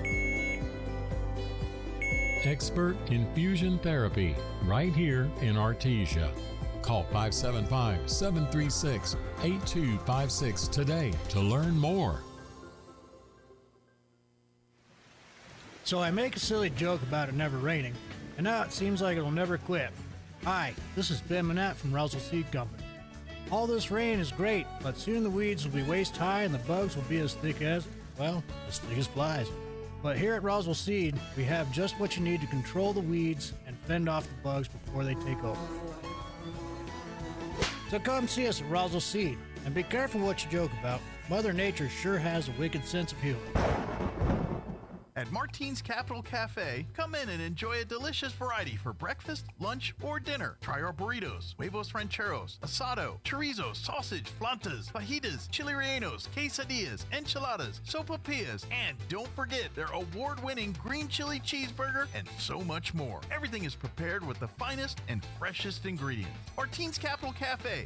Quality, value, tradition, and the most delicious New Mexican food since 1989. Open Monday through Saturday from 6 to 8:30 p.m. at 110 West 4th Street in Roswell. Picture this. You're behind the wheel of a John Deere compact tractor. You're effortlessly breaking ground, moving piles of rocks just by moving a lever, and enjoying the sun as you clear brush across your pasture. We could keep trying to put you in the moment, but to really understand what this feels like, you just have to get in the seat. Stop by Pecos Valley Equipment in Artesia and Roswell, or visit us online at pecosvalleyequipment.com. The gateway to your summer getaway is Roswell Hyundai during the Hyundai Getaway Sales Event. With rates as low as 0% for up to 60 months and 0 payments for 90 days on 2025 Hyundai Palisade, Santa Fe, and Santa Fe hybrids. Plus 2.99% for up to 48 months on 2025 Tucsons and 2.99% for up to 48 months on new Elantras. Or lease the all-new Tucson as low as $289 a month or the all-new Elantra as low as $239 a month. Before you get away, head for the Hyundai Getaway Sales Event at Roswell Hyundai, 1909 West 2nd. Here's a Mornings with Mike Winters fun fact. Bamboo plants can grow up to 36 inches in a day. So if you're told you're growing like a weed, you can say, no, I'm growing like a bamboo. Here's Mike Winters. And good morning. It is 25 minutes after 8 o'clock, and joining us in studio this morning, representing his Friends of Bitter Lake Wildlife Refuge, Don Weld back with us. Good morning, Don. Good morning, Mike. How you doing today? Doing good. Actually, you know what? If you had free time today, today's probably a good day to go walk around the refuge. It is. Weather-wise, it's a good one to visit. Except for the bugs. Yeah, but put some repellent on. There you go. You got to slather up, and you can walk anywhere. Yep. Yeah. I recommend stuff with DEET. Yes. That's usually the good stuff. If it doesn't say DEET, then don't buy that. Yep. They have a biting fly at this time of year. It's vicious. Yeah.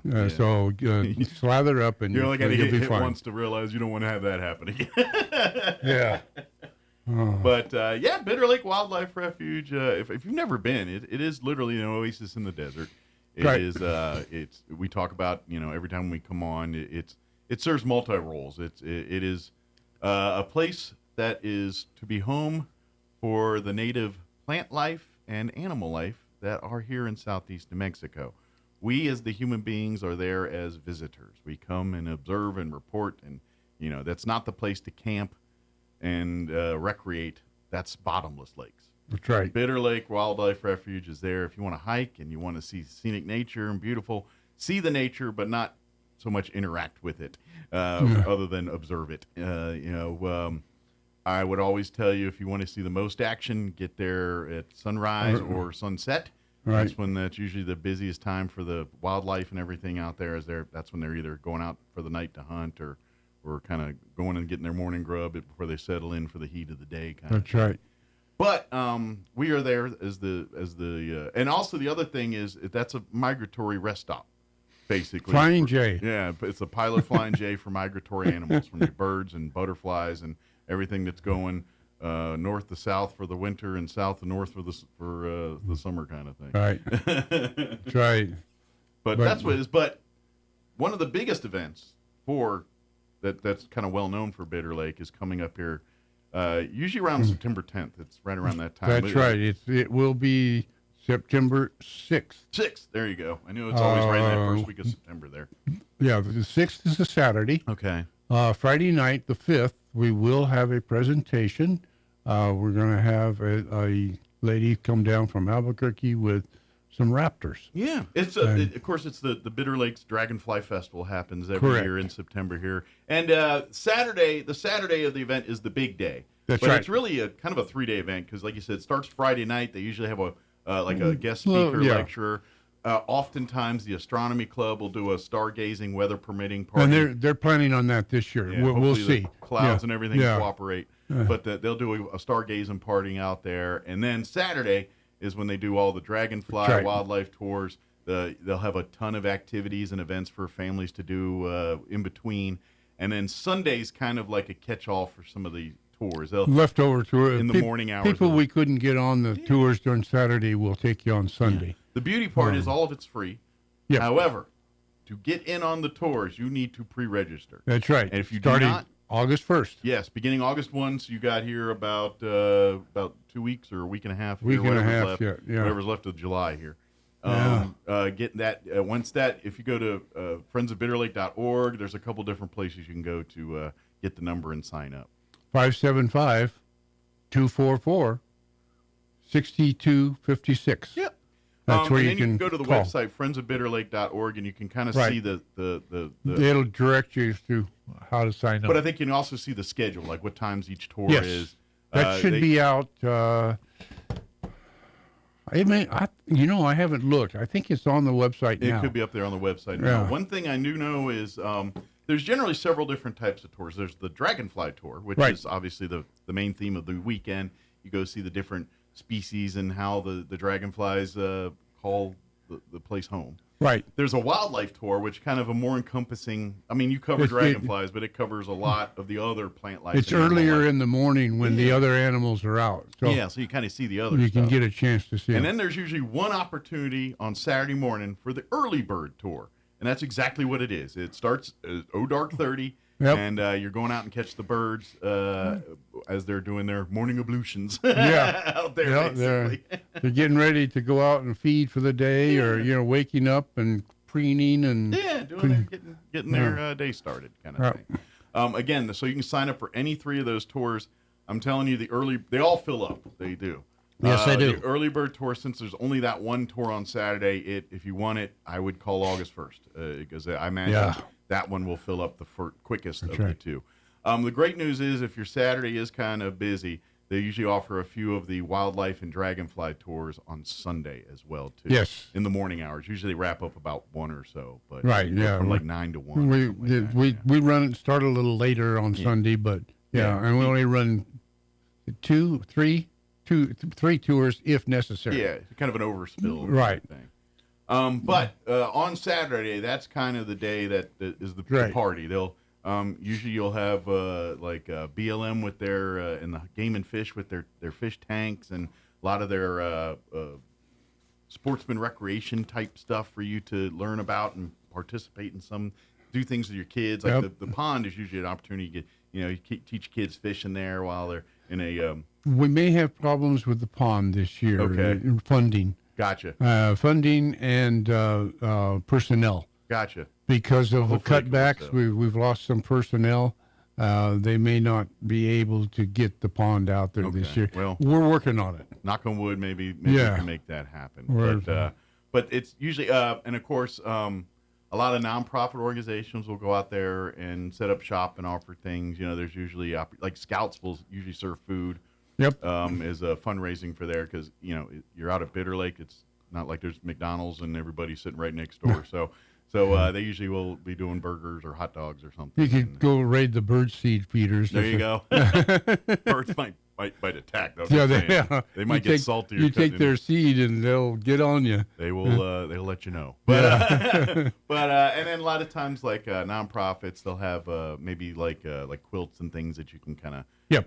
They're doing fundraising. Also, don't forget the big tent. It's all in the big tent. Yes, exactly. Also, don't forget that while you're there, visit the gift shop. Visit the there's like a museum part of it there, and yes, we always talk about the natural history of that place, but there's stuff as much I'd say as much, but there's also human history stuff there. That's right. The Native American hunting grounds were part of the Bitter Lake. That's part of the property. Some of that includes some of the old buffalo hunting grounds for natives back in those times. And there's a lot of artifacts and archaeology type things that go on out there doing that. But there's museum at the museum part there. It really does explain some of the human history. A lot of the New Deal stuff, because a lot of the structures and facilities out there was part of of that built by CCC. Yeah, the CCC, that New Deal era, when they were offering, getting people back to work kind of thing. Yep. During the Depression era, and so that all is part of that history too. So if you love the human history, you'll get yourself a decent dose out at Bitter Lake too. We have a whole set of buildings there that have been over the years used for different purposes and built up and built down and so on, all built by CCC. It was a whole little complex. Yeah. That used to be the entry area. That was the main. You would drive in on the old Bitter Lake Road that came off of the 70. Okay. That area, and you come in that way. Okay. Of course, now we've since changed to Pine Lodge. There's something about if you're going to go out there today or near future here, they're working on Pine Lodge. Okay. The rains did a number on a little dip area, so they're trying to get that fixed. Okay. So you may have trouble getting out Pine Lodge. Red Bridge, they're doing a lot of highway work on Red Bridge right now. Okay. There are other ways to weave your way through, but they'd probably have some detour signs out there around those. Sort of sketchy. kind of, sort of. I didn't find any too much. Okay. I tried to come out Barindo and go through and then get to Railroad and go out. That's closed off too. That flood tore. There's a big dip there at Barindo. Okay. Just east of Atkinson, and it tore up that pavement there. So they had to block that off. No passage right now. They'll get to that later. Gotcha. What I did was go out Country Club, to the Country Club. Okay. You go left, and you can go through that way out to Pine Lodge. Okay. That's past where they're working on Pine Lodge. You'll avoid the bridge and the right. crossings there. And then you can go out Pine Lodge. I'm going to take a stab by Dragonfly Festival time. They're going to at least have some of those. That'll all be and done. ready and, yeah. That's yeah. probably why they're getting it ready. Is in time I'm with hoping that's what it is. Yeah. Pine Lodge needs some work anyway. That is usually one of the busier times of year for traffic in those areas. Yes, it is. Yeah. But yeah, they're getting it all taken care of. So just remember that if you're going to go out there, it's wonderful. This would be a great day to go out there. Yeah, absolutely. Weather-wise. But you're going to have to find that alternate route. You can actually come back off the 70. There's a way to come back off the 70 and take a different road, comes down the old Bitter Lake Road. Okay. Off of a 70. Okay. Well, get lost out there. That's get out. Hey, it's more fun. Yeah. Get lost and learn. There's some burrowing owls still. Oh, really? Out on the east side of the refuge. Okay. And we're trying to attract them into the refuge. Come on in. Yeah. The water's fine. Yeah. So working on that too. We did put in some fences so that the pronghorn. Okay. They don't jump very well. So getting over a fence is not the most productive way for a pronghorn. Do they go through they it? They climb under. Oh, they burrow under. Yeah. So they've made some fencing that they can get under, and once they're on the refuge property, then they're safe more or less, except for the snakes. Right, and those we want on the refuge. Certain. Yeah, we do. Certain animals and things that aren't native, not necessarily. Mostly, it's the plant life is what they fight bigger. You got it. Yeah. There's a few species of plant that they deal with that are not native to this area, but grows very, very well in this area, and it sometimes overcrowds the native stuff. We're still trying to get rid of some salt cedar. Yeah, that was kind one of the worst, most fight. invasive trees they ever put in. Yeah. Do you know where that came from? Does anybody have a history on did somebody just come in one day and say they wanted this, or well, always like the story I always heard about the orcas in Alamogordo was some general was a big game hunter and basically had some put out there. Yeah, wanted to be able to hunt them here instead of right. They brought them in because they thought they would be a good shade tree, and a tree for the birds to sit in. Okay. However, they suck up water like crazy. And that's the last thing is we don't need that. Yeah, the lake is not a infinite supply of water. No, it's very dependent on. So we're trying to get rid of there's a little bit of salt cedar left that we're trying to eradicate. They're just not good desert plants. No, they aren't. We're going to try to put in some New Mexico olives and some other New Mexico-based plants. Sure.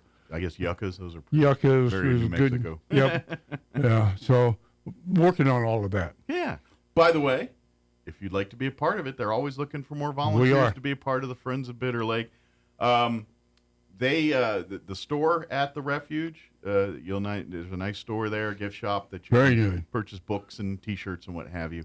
That is run by the Friends of Bitter Lake. All the proceeds from that, so when you go in there and buy gifts and things, that goes back to projects at Bitter Lake. So when they rebuild the bird blind, or they got to establish a trail, or they're working on one of the hiking areas or something. Right. The money to pay for those things come from that gift shop and from membership as a member of the Friends, and then of course, if you want to get more active, if you want to get out and work, and maybe you love working in the yard, but there's only so much you can do in your own yard. Well, we got some projects out of Bitter Lake that the Friends work on and do, and that way, if you want to get out and get in the dirt, we can help you do that. And there's perks.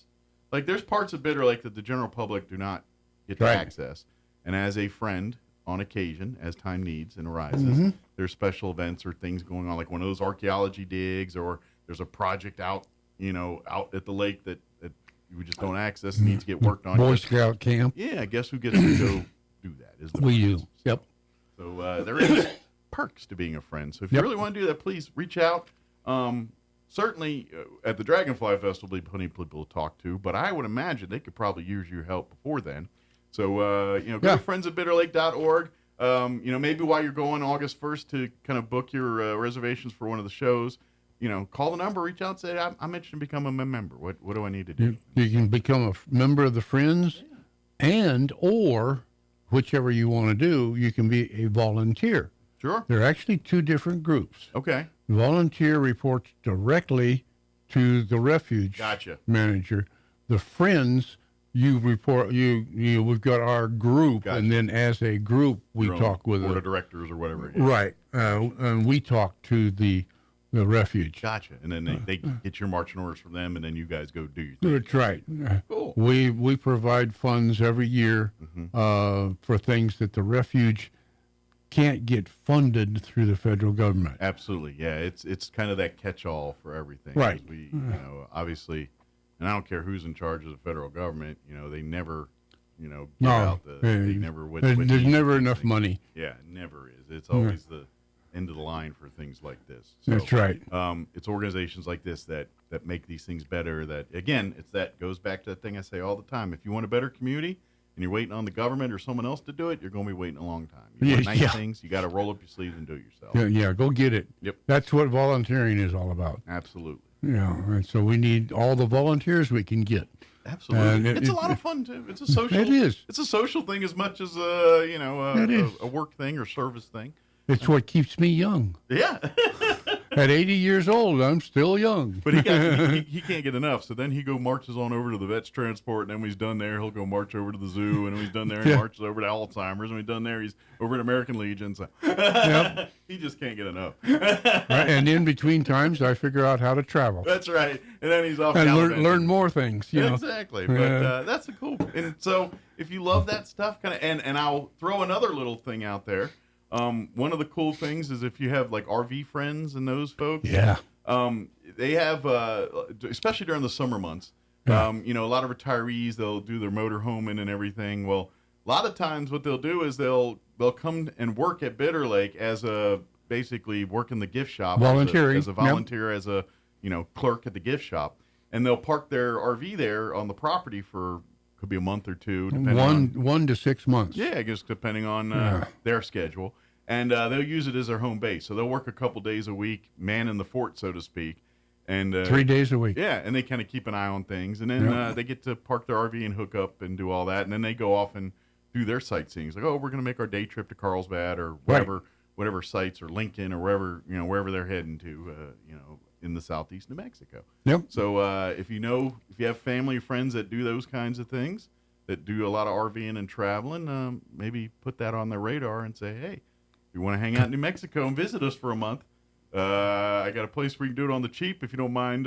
That's right. Manning the cash register for a couple hours or a couple days each right. week. Or, We provide the propane and water and electric. Yeah. You got all the hookups. You got everything you need. It's kind of they love doing it. It's the folks that do it. It's a great, because it saves them some money. And you can do that if you get into that program. You can travel all over the United States. Yeah, and do it at other all the different refuges. Wildlife refuges. Yeah, and stay 2-3 months at this one and 2-3 months at that one. It's like a timeshare that you're not like actually locked in for the rest of your life. That's right. all it's going to cost you is the trip getting there. Yeah. And your food and normal. And an RV if you don't have one of those. Well, yeah, it would be nice if you. It's a little hard to throw up a tent, but that's a lot of time to spend 3 months in a tent. Yes, it is. Refuge. Yeah. I mean, there might be certain refuges that's a lot easier at. Bitter Lake being in the desert's probably not one of those. Not good. Not good. These 110 days. You want to be in that nice, cool Put it this RV. way, you're probably going to be living in the gift shop there because that's where the AC is. That's right. That's right. But yeah, if you know some family or friends, and maybe you're looking for an excuse for them to come visit you. There you go. You got some parents or grandparents living back east or something. You're like, hey, you guys are RVing now. Come hang out in Roswell for a couple months. Yeah, we don't have to put you up in our spare bedroom. Yeah, exactly. And then when you're tired of it, they go home. It's perfect. Yeah. You can spoil the grandkids while you're here. Yeah. When you're tired of them or they're tired of you, it's all right. Go back to the trailer now. Yep. There you go. Besides that, they can take the kids out and show them Bitter Lake. Absolutely. Go and come and show. And if you've never been yourself, make a point to come out. Certainly, Dragonfly Festival is always a great time. But if you want to see it when there's not you and a bunch of other people, come on the weekends. Come. It's open daily from sun up to sundown. And, right. And if you do get locked in after sundown, you can get out. You can still get out. It's like the opposite of the Roach Motel. It won't let you in, but it will let you out. That's right. Yeah, after hours, you might say. And then the gate opens at sunrise. Now, the nature store is still a Monday through Saturday. Yes. But and Sunday it's closed. But the refuge itself, sunrise to sunset. Every day. Come on enjoy. Down. You love watching birds or photography or you just love, hey, maybe you just want to get yourself a nature walk and get in there and, you know what I mean? Just come there you go. De-stress, de-plug, come, walk around in nature for a little bit. One of the best trail walks is down at the south end, the Oxbow Trail. Okay. Now, it's had some problems with the floods, and the trail has been kind of... There's a few bumpy spots. Yeah, but if you're careful, you can still walk that trail. And if you have walking mobility issues, please check with when you're there and you go into go into the nature store. Nature store, and just say, hey, they can help you out. Yeah, say, hey, these are the ones. If you're not so mobile, maybe avoid these trails. But if you're a little adventurous, these will be fun. Right. These are good hiking trails. But there's plenty of walking opportunities all over. If you're going to bring your animals, put them on a leash, please. Yeah. Not so much for environmental or anything, for the safety of the animal. Absolutely. You don't want it tearing off and getting... There are snakes out there, and if the dog goes running through the brush, it may not survive. They are not in home territory. That's right. The home team will win. That's right. You got it. That's basically how that works. Yeah. So. But and then of course be mindful of it. Clean up after your pets and do all. Oh yeah. Do that. Be kind respectful of the place. Yeah. This is where I'm going to tell everyone you need to be like the Scouts. Yeah. And use some of the mottos of the Scouts when you go out to Bitter Lake Wildlife Refuge. And one of those that they always say is leave a place always better than you found it. That's always true. There you something go. that Scouts say and practice and preach by. That's excellent advice when you're out at Bitter Lake Wildlife Refuge. Yeah. And the other one was pack it in, pack it out. That's right. Be prepared. Be prepared. And that's another thing too. Be prepared if you are going to walk. I mean, so if you're going to spend some time out there, bring water, bring sunscreen, bring, insect repellent, plenty of sun, hats or whatever it is to keep you protected from sun and that kind of stuff. Right. And pace yourself. And we do have at the nature store, we have a picnic table with a cover. Okay. We're putting in a second one. Hopefully, it will be ready by Dragonfly time. Okay. So we're getting there for that. You can come out and even during some of these warm periods, some people like that heat. Yeah. Oh, yeah. So you can sit out there at the picnic table. Like I said, bring your sunscreen, bring your insect spray, and you can sit out there and enjoy and then on the back deck of the nature store are some more tables. Yeah. And you can sit there and enjoy the scenery. Watch the day go by. Yeah. As we get into fall, we allow the water to recede during the summer. Okay. Because we don't really have the population, the animal population. It's kind of a dry spell for the refuge. But we divert and pump water into some of those ponds so that when the cranes and the geese come down for the winter, they have a place that they can stay. Park and rest up and do their thing. That makes sense.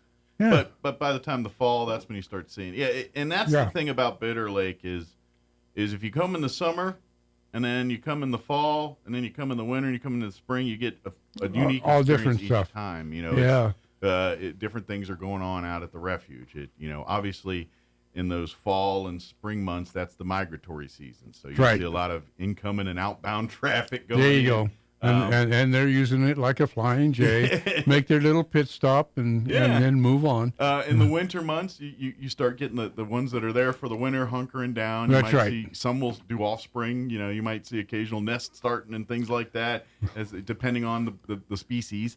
And then when spring hits, then they start packing their bags and start heading out again. And then, like I said, and then summer's kind of that hot everything lulls, but those animals that are just native that hang here all the time are kind of, they have their routines. They'll be out in the mornings and nights hunting. During the day, they're usually sleeping or laying low, staying cool, and they do all their activity at They're night. smarter than we are. Exactly. It gets hot, they go to where it's cool. Yep, exactly. And but it's kind of it's one of those things too. It's like, if everybody's out, everybody's eating. It's like if they're out at night, guess who else is out at night? They're predators. The bats, the things, depending on the animal and the species, they're out looking for them for lunch, and so they want food. It's a little bit more active out there at Yeah. night, so. Now, you say they come out in the evening. They will come out, but in the late night, the middle of the night, most of them, because of the predators, most of them will hide. They're and then early morning, when just before sunrise or at sunrise, they'll come out again and do their feeding, and then because of the heat, they'll then hide. they go hunker down. Yeah. But that's what you kind of experience during the summer months here. Yep. But please, if you're interested in more of this stuff, be a friend. Ask, come sign up to Come be a join friend. us. And then please mark on your calendars for September 6th and that weekend there for the this year's Dragonfly Festival. Of course, as tradition, if you haven't seen the flyers and the artwork for it yet, every year those are all done by students somewhere in the Roswell Independent School District, and we select the winners, and they do amazing jobs each year. These students with the drawings and stuff. So I forgot the name this year. I don't remember either off the top of my head. Yeah, I'd have to look it up again. Remember that the Dragonfly Festival, that next week is the air races. Yeah, right after that is the. So if you've got people from friends, tell them to come in, visit the Dragonfly Festival, stay over a couple of days, and they can be here for the air We're races. done hearing all the loud airplanes and everything. Come see the rest of the town. There you and go. Check this out. Absolutely. Yeah, definitely. I hope we do get some people to stick around and enjoy our nature side of things out here. Right. Yeah. Come visit the nature and then watch the air races. Absolutely. Friendsofbitterlake.org is a great website too. If you have any questions about anything we talked about, including membership. I would also ask you if you're a Facebook user. There is a Bitter Lake, Friends of Bitter Lake Facebook page as well that you can like and follow. There is. And stay up to date on things too. That's a good way. And if you're interested in becoming a volunteer or being more, please reach out. We always looking for more great people to be a part of it. Again, that number for that, the volunteers, for your reservations, all that for stuff. Dragonfly, yes. 575-244-6256. Very good. Call it. Okay. Call it. Sign up. Sign up, yeah. As of August 1st, we will take reservations for the. Yes, that's beginning August 1 for August 1. Dragonfly We don't go any earlier than that. It's not worth it. Well, to give fair for everyone a chance. Yeah, August 1st is a big day because I go out and put the banners up, and we start taking reservations for the trips. And turn on our party dress and get ready for the There show. we go. Let's go. But August 1, that's when, and we'll remind folks as we get closer to that date, too. So, well, Don, as always, appreciate the visit. Go. I'm sure you got 37 other things to work on after this. It's going to be a busy day today. Well, hopefully, if you got outdoor stuff, get it done today because the rest of the week's probably not looking the best. Yeah, time to do that's what I'm thinking. I got to go fix my tractor so that I can go mow some more at Memory Lawn. Oh man, yeah, get that done early because the rest of the week. Well, as you're fixing it, put a. I need to put a canopy roof over on it. or There you something. go. Get you one of them golf umbrellas and strap There you it go. down. There you go. That would work. Thank you, Don. Appreciate it. Thank you. All right, it is 8:54. Let's pause for news and sports and a quick break. Don't go away. Now for your Pecos Valley News Update. I'm Jared Cirillo. The 2025 edition of the Eddy County Fair is underway. The parade kicked off the fair festivities Tuesday morning through downtown Artesia. The fair running from now until Saturday at the Eddy County Fairgrounds on South 13th Street. Among the musical highlights will be the Friday concert featuring popular country music singer Chris Young. He takes the stage at 9 p.m. Young's performance follows the smoking hot bull riding. The bull riders will compete for prize money and, of course, the championship belt buckle. The competition gets underway at 7 o'clock Friday. Tonight is Faith and Family Night. Gospel music groups Rhett Walker Band and Unspoken. Authorities have arrested a man for the killing of a 5-month-old in Clovis. The incident happened Sunday afternoon after authorities received an emergency call. Police arrested the father, 35-year-old Jared White, and he is now charged with child abuse resulting in death. An investigation continues in the case, according to Clovis Police. They have not released any other information. You're up to date. I'm Jared Cirillo. It's time for the Chaves County Sports Report. Hey, volleyball season is right around the corner. How about the Goddard Rockets looking to rebound from what they would consider a subpar year? The Rockets always have high expectations, but last year were 12-13 as the 9th seed at the state tournament fell to number 8 Valley in the first round, then got knocked out in a sweep by number 2 Academy. One of their leading attackers was the senior Naomi Smith, but their leading attacker overall, Halen Haskins, was just a junior last year with 296 kills. Aaliyah Dominguez, also a junior, 97 kills, and Camila Herrera with 58 kills. They've also got young hitters that were very young last year, Mila Franzoy and Tatum Boone, and their setter was only a freshman, Landry Brown. Season starts September 2nd at Gadsden. The Sports Report brought to you by DSI. Call DSI for all your office technology needs. I'm Eric Butler at Roswell's Talk FM 106.5. All across America, this is the Red Apple Audio Network's Market Report, sponsored by Abacus Global Management. Good morning. With doubts about how much higher tech stocks can possibly go, healthcare stocks have started rising, though the S&P 500 still rose slightly to another record high. 8 out of 10 companies that have reported earnings in the last week and a half beat their earnings estimates, but the earnings rose less than earlier this year. Goldman Sachs thinks the economy's headed into a period of noticeably slower growth because of tariffs and inflation, and attention is shifting to the tariff deadline of August 1st, and countries that don't negotiate a deal will be told what their tariff rate will be, and many hope that those rates will be 10 or 15 or 20% at the most, not 50% or higher. President Trump says he may try to expand capital gains exemptions on sales of a home to try to get home sales moving. Sherwin-Williams stock fell. They say do-it-yourself projects are down, and they don't see do-it-yourself sales rising again soon. And for the first time in 8 years, according to Bankrate, fewer Americans are working side hustles to make ends meet. AARP says the number of Americans who say they rely heavily on Social Security has risen to 65%. With business, I'm Joe Connolly. This is the Red Apple Audio Network's Market Report, sponsored by Abacus Global Management. What if the future of finance wasn't built around averages, but around you? At Abacus Global Management, we're reshaping financial planning around the most personal data point, your lifespan. But it's more than just insight, it's control. As a technology-driven asset manager, we're empowering investors with an integrated system to take command of your time, your future, your financial destiny. This is a new era of investing. Take control at abacusgm.com. Join Hot New Country 92.9 The Brand and La Pantera 106.1 FM for a special live broadcast this Saturday from 10 to 1 at Roswell Honda. Back to school season is here, and Roswell Honda wants to get you geared up for the back to school giveaway. Join us from 10 to 1 for free hot dogs and ice cold Pepsi, Jolly Jumps, face painting, snow cones, and our friends at Tacos Pita selling their delicious tacos and drinks. Register to win a backpack full of supplies, a basket of school supplies, or a computer, desk, and chair. Drawing at 1 p.m. must be present to win. See you Saturday at Roswell Honda, 2177 West 2nd. For the first time ever, the National Championship Air Races are touching down in Roswell, New Mexico. From September 10th through the 14th, witness the world's best pilots battle it out in the fastest motorsport on the planet. Vintage warbirds, cutting-edge jets, aerobatics, and family fun, all against the stunning New Mexico sky.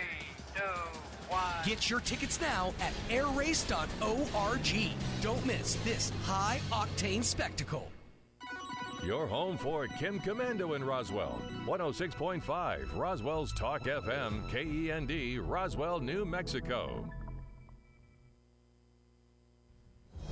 News this hour from townhall.com.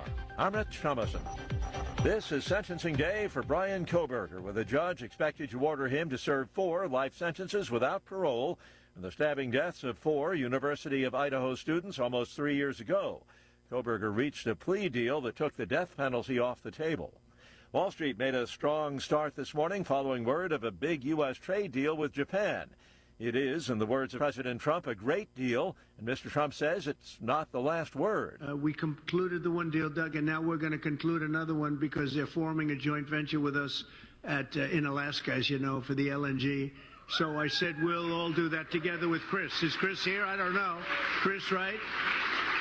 If you could set that up, Doug, it would be great. But they're all set to make that deal now, so I think it's good. This was really the one they had to make, and we're going to make a deal with Japan on the LNG in Alaska, right? 15% tariffs will be levied on Japanese imports, while Japan will open its markets to American cars and trucks and agricultural products, including rice. It's a victory for women in sports. The U.S. Olympic and Paralympic Committee has barred biological men from competing in women's sports. The committee is citing an executive order from President Donald Trump. The order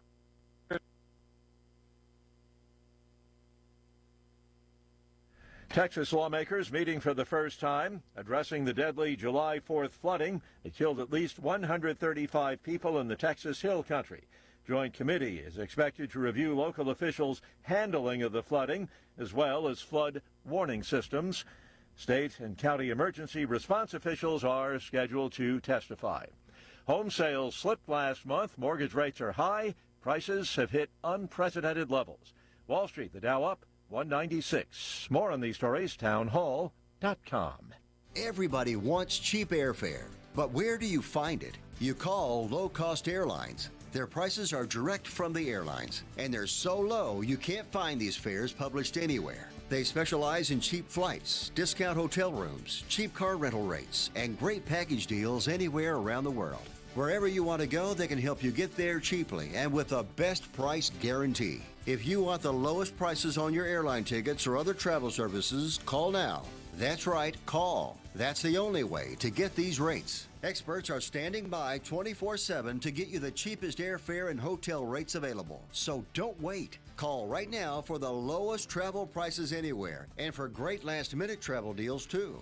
Call 866-755-5300. That's 866-755-5300. Again, that's 866-755-5300. Call us right now.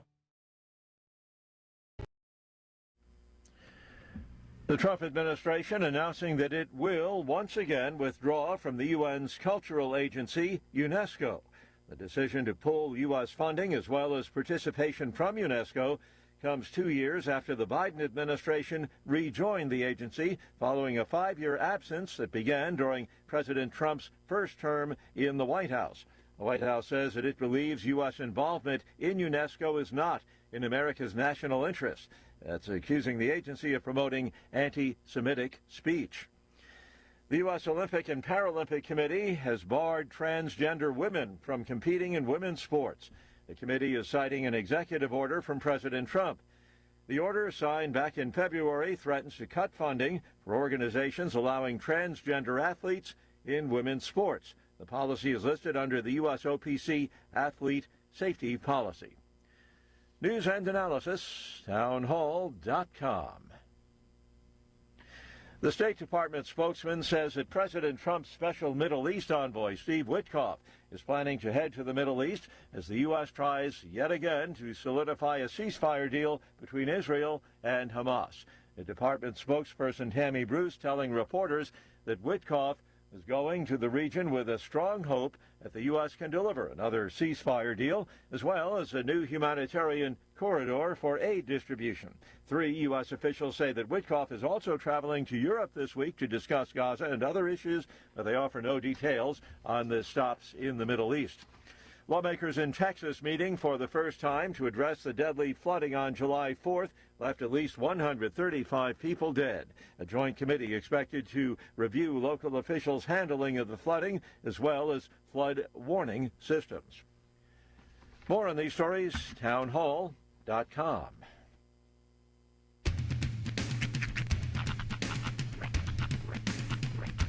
What in the wide, wide world of sports is going on here?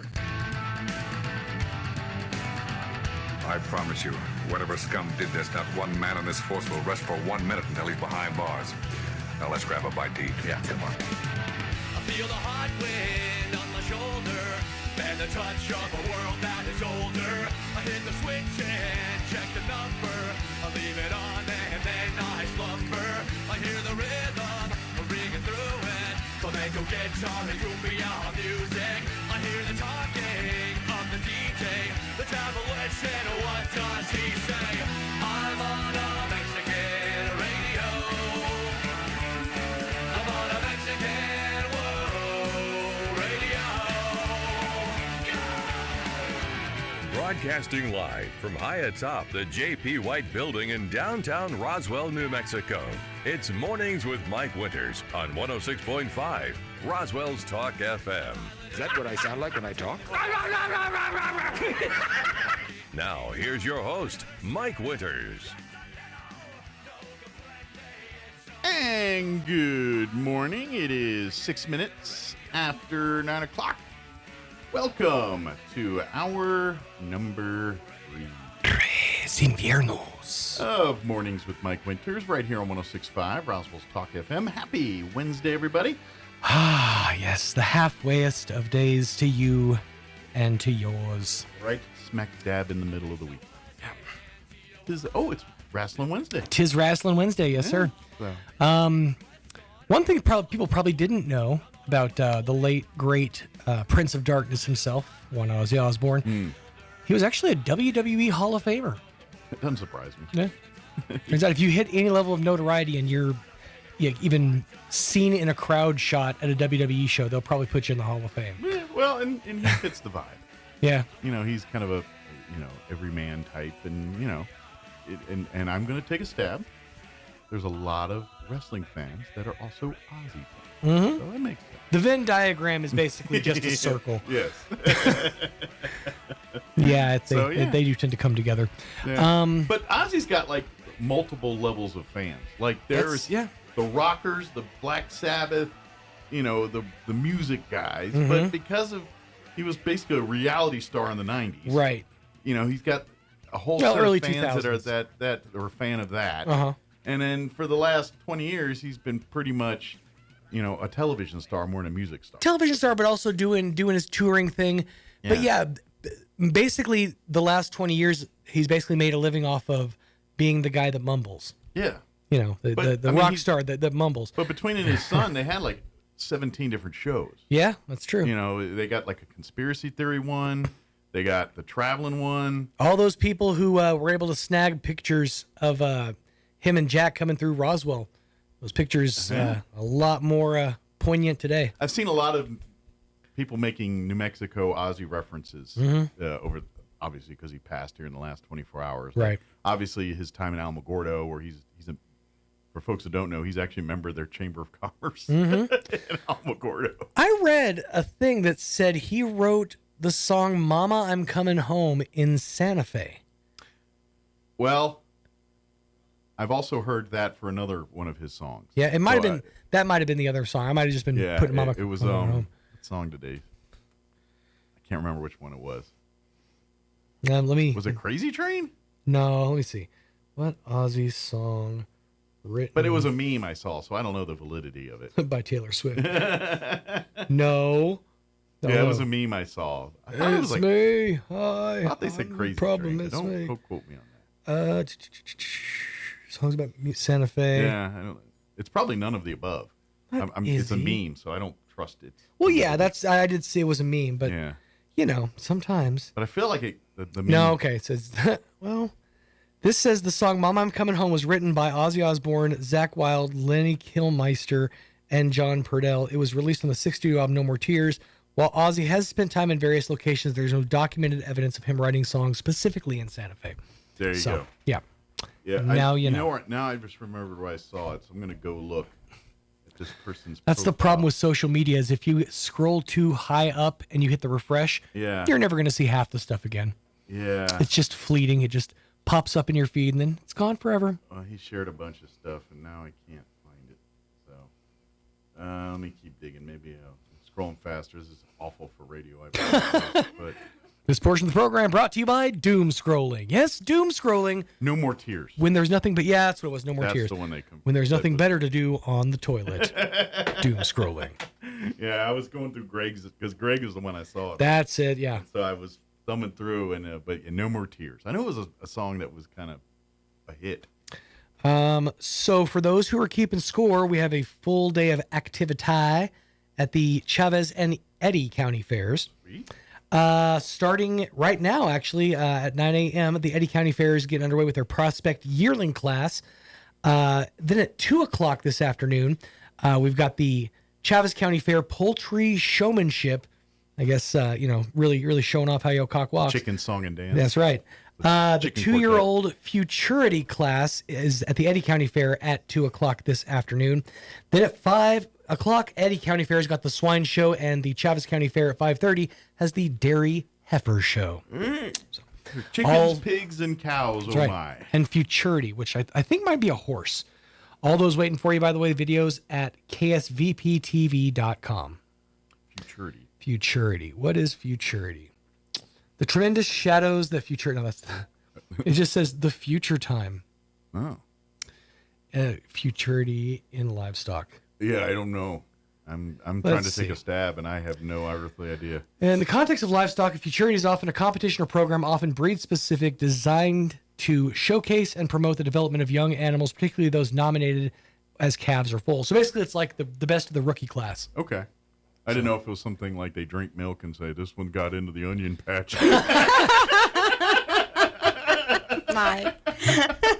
So if say, for example, you've got a friend who, likes animals, some of which on the younger side. Right. This is the show to go to, the Futurity class. Okay. I just went right to Napoleon Dynamite. The problem with this milk.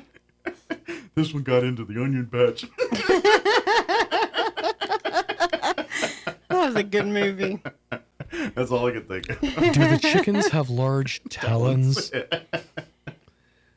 I read a thing that the guy in that scene, that's like his real voice, how he talks and everything. Oh, really? Remember the guy? Who told the story? Yeah, that's like I think like that literally was just happened, and they just kind of filmed it.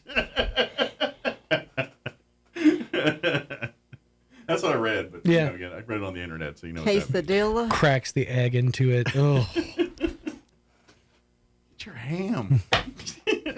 Was it the llama Tina? Yeah, Tina, you fat lard, come get some dinner. No, the quesadillas was the fight that Kip and Napoleon had pretty much the whole movie over who ate all the cheese. Yes. Or the Kip stayed home and ate all the good chips, Kip. But they always cook steaks. Yeah, they did. Yeah. So many But they weren't good steaks. Wow. They were bad steaks. Okay, they're like, the lowbrow steaks. The steaks. A lowbrow steak's better than a lot You know of other what? things. You're not wrong. But they were feeding the llama ham. So, I mean, what you make of that what you will. Eat the ham.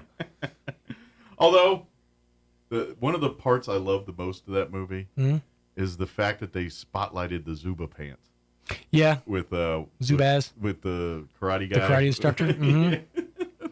Because there was a minute that young people, you would not believe it, but there was a minute where grown people were wearing those all over the place. Yep. I mean, not just in gyms, like in sporting public. events. Sometimes to church.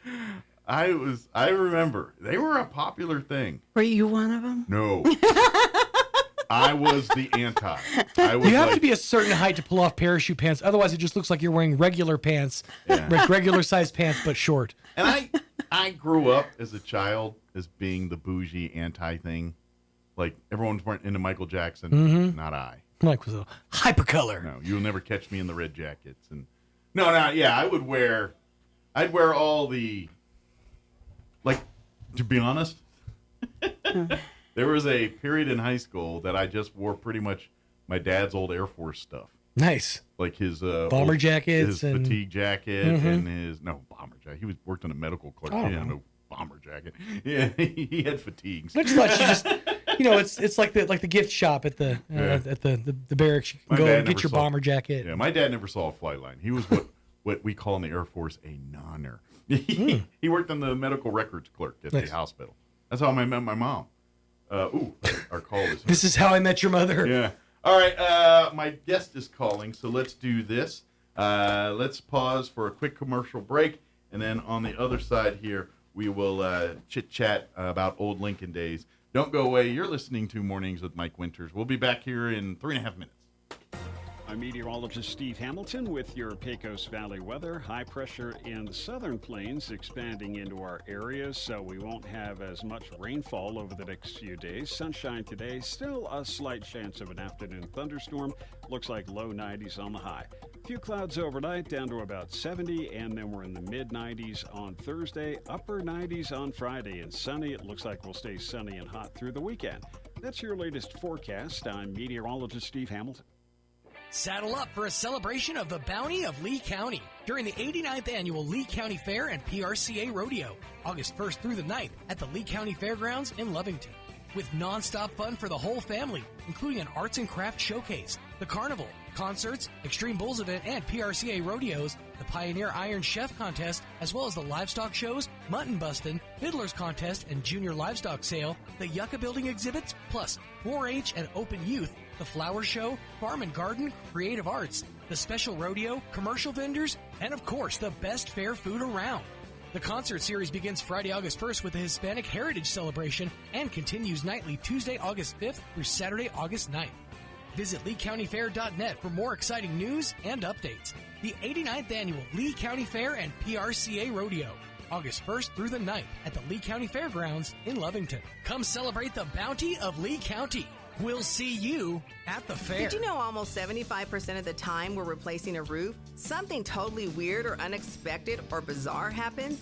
Jennifer here again from Trustmark Roofing, and I want you to know that we are always prepared for the unexpected. That's why we always have project superintendent on site at your home at all times to handle those weird, bizarre things as they pop up. Things like an unexpected layer of wood shake shingles under your shingles or rotted out decking boards, problems with flashing or ridges, or missing supplies that somebody needs to chase down. These are the kinds of problems that normally grind the crews from other roofing companies to a halt and delay the project. But not with our super awesome superintendent there. He's equipped to handle any problem and keep the project moving along smoothly. Just one more way we do things better at Trustmark Roofing. If you have any roofing needs, call us at 575-755-ROOF or find us online at trustmarkroofpros.com. Trustmark Roofing, we put people first. Hey Roswell, celebrate freedom. Celebrate huge savings with 0 down payment, 0% APR, and 0 payments for 90 days during the 000 sales event at Roswell Ford. Your friends at Roswell Ford make upgrading to a new Ford or quality pre-owned vehicle for less super fun, super fast, and super easy. So if you're making payments on your current vehicle and want out early, Roswell Ford will do whatever it takes to free you from your trade, even if you owe thousands more than it's worth. Right now, trade and upgrade to a new Ford for less with 0 down, 0% APR, and 0 payments for 90 days. Worried about your credit? Don't sweat it. Our aggressive lenders will push to approve your credit, even if it's less than perfect. Celebrate huge American-made savings and more for your trade during the 000 sales event at Roswell Ford. Get on board at Roswell Ford, because we'll do whatever it takes to make a deal. 821 North Main Street in beautiful Roswell. Call 575-623-3673 or online at roswellford.com. 0 APR for 48 months is $20.83 per thousand finance. Interest accrues from date of sale. Subject to lender approval on select vehicles. Offers not combined. Here's a Mornings with Mike Winters fun fact. More than 50% of Americans fall asleep on their sides. That's way better than falling asleep on someone else's side. Here's Mike Winters. And good morning. It is 19 minutes after 9 o'clock, and joining us on the phone this morning, talking a different subject, but an equally cool one, John Amistad back with us on the phone. Good morning, John. How you doing today? Good. I'm doing fine. Good morning, Mike. It's great morning. Old Lincoln Days is coming up. We've had a little rain. Yeah, this is it is that time of year again. It's kind of I would say tradition here in southeast New Mexico. That first weekend of August, always mark it on your calendar, is Old Lincoln Days. Is beautiful Lincoln, New Mexico opens up their community, and of course the highlight is always the Last Escape of Billy the Kid pageant. But it is really a weekend of just live music, fun, booths, crafts, just a ton of stuff. We will have all the usual suspects. Yeah. We will have vendors. The museums will be open. We will have demonstrations. And as you say, we will have the jewel in the crown, which is the Last Escape of Billy the Kid. It is, and I always love talking about this because, folks, you may or may not realize that the actual script that they use for the pageant is almost as historic as the events they're talking about. Well, it actually is historic in a couple of ways. I mean, it was written in 1940. Mm-hmm. That's, 60 plus 25 years. That's 85 years. Yeah. So, and from my understanding was some of the people that were part of that original script were people that were around. Of course, they were very seasoned by that, but they were around during the actual Lincoln County War. So yes, they were. They certainly were. And their children, an interesting thing about it is that some of their descendants also participated in those early pageants, but had been on both sides of the conflict. And by the time we got to the pageant, it was pretty much resolved. Hopefully by then. Well, that's what people, I think, don't realize when we talk about the events that took place during that Lincoln County War, where it was literally you're walking, like if you go down Lincoln today, you can literally sit there and pick buildings out and say, okay, that was a Murphy building, that was a Tunstall building, that was a Murphy. During the war, that's where Murphy people were hanging out. And Tunstall people over here, and they were taking pot shots and everything all week long. It was a pretty tumultuous week in Lincoln, New Mexico, when all this was going on. It was, and essentially, what maybe people get into the white hats, bad hats, black hats syndrome. There were truly no good and no truly bad. It was a commercial war. Yeah, everybody had a badge. Yeah. Everybody, depending on who swore you in, everybody, it was law versus law. And this is something I'd like to ask people. When you come out to Old Lincoln Days here, again, it'll be that first weekend, August 1st, 2nd, and 3rd. And then how they usually do it is they'll do an evening performance of the pageant that Friday night and Saturday night, and then they'll do one final matinee on Sunday. But Sunday, and I always recommend that not to stay away from the Sunday matinee, but the evening performances are much more theatrical. Absolutely. You don't see the dead men get up and walk off.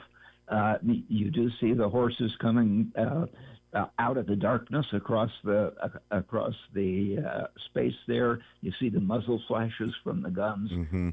It's much more dramatic. It is. I would, if you've never seen the performance before, make your first one an evening performance. Exactly. That being said, if time only allows you for a Sunday afternoon, then don't miss out. Come check it out, and then make a point next year to come see an evening performance. But it really is. It's amazing the hard work that because they pretty much the folks that are in the pageant, they kind of they probably started working on this year's August 5th or whenever, right after last year's pageant. That's exactly right. But it's really, it is that pageant grounds is great. But I always like to tell people, when you do go to Lincoln here August that weekend, you can spend several hours just in the courthouse, like you said, it's going to be open that day. Read the signs, read all. You want to know really the history of New Mexico, you can pretty much get a great clear picture right there by spending an hour or so just reading everything in the courthouse, in the visitor center museum there, the Lincoln County Wars and how this became a state. Put it this way. If you wonder why New Mexico's 50th and all these things today, you can see its origins right there in Lincoln, New Mexico. Some of that may not be so good, but you're right. But it shows the history of what we, Sure. of what this state became, and Lincoln is very much in the forefront of that. So, and Old Lincoln Days is just a fun weekend of really getting to see, the life of Lincoln. You get to experience the history. Obviously, Billy the Kid's still a rock star hundreds of years later, and so there's the allure of that too. So, but it's yes. If you've never been to the Old Lincoln Days weekend, make this your first one. Come out and check it out. You'll at least spend a day there, whatever you can spend.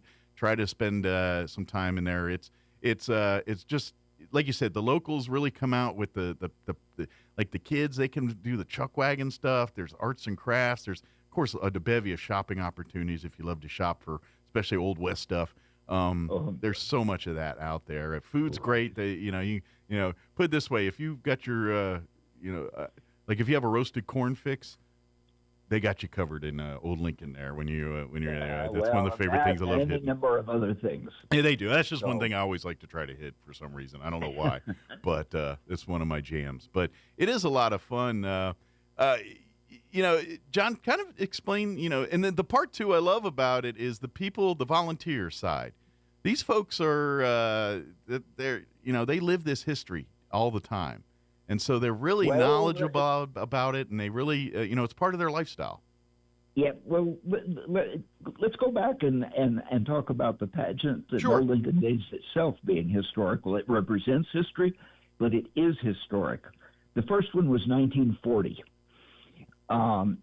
It was a portion of New Mexico State Coronado Quadricentennial, and it was supposed to be a one-time deal. Gotcha. And it went over so well that, it went on, and the rest is history. The original script, we still use the basic script that was developed in 1940, and the original script was developed by the WPA Writers Project. Oh, okay. Interesting. And so there's that piece of that history as well. And many of us have been in it for a long time. My grandmother and I guess all four of her children, one of which was my mother, were in the very first one, had a hand in the very first one. My grandkids are the fourth or fifth generation of my family, and my family is not unique in that sense. Yeah. There are others of us. So it's almost a rite of passage a little bit, isn't it? Well, yes. We all grow up as little snot noses running around in front, and then we graduate. Oh, did we lose you, John? Uh-oh, we might have to get John back on. Still there, John? Oh, we lost him. All right, let me try to bring him back up here. Hold on. Oh, there he goes. Hold on. Hey, John, you back there? Yeah, lost the call for a minute. I don't know why. Yeah, well, you're in the mountains. It happens. Oh, boy. There is no cell service here. But, yeah, we were talking a little bit about the rite of passage there before we lost you. Oh, yes. And it is a rite of passage for people in this region, and not just the community of Lincoln, but traditionally the people in the Ruidoso Valley and the Hondo Valleys as well. Absolutely. I just love it. And this is why I love it so much. And this is, I didn't grow up here. I'm from Maryland, D.C. area originally is where I grew up. But I'm not going to lie. I'm of an age where the Young Gun movies were very popular when I was younger. Yeah. And I remember watching those movies and being entertained by them, but I didn't really think so much about the historical parts of that movie. Right. I'm thinking a Hollywood movie, it's not where you really go for your historical, information. But I remember once getting stationed in the military. That's how I ended up in New Mexico. I was in the Air Force. But, once I got out here and then I went and visited Lincoln for the first time, and that's when the movie is what put the connections to me. I'm like, oh, this is the house where they, at the end of the first Young Guns, where they, the lawyer's house, and they burn it in the McLean. I'm like, oh, this was real. This is where it happened. And then you're seeing the obviously in the second movie where they talk about him escaping from the courthouse and all that. And obviously they Hollywoodize that up a little bit for the movie, or a lot for the movie. But a lot, but it doesn't matter. But I made the connection. I'm like, oh, so that really happened. This was there, and that was there, and about the thing about the handcuffs and his wrist, that was all right here, and that was so for me that almost put it.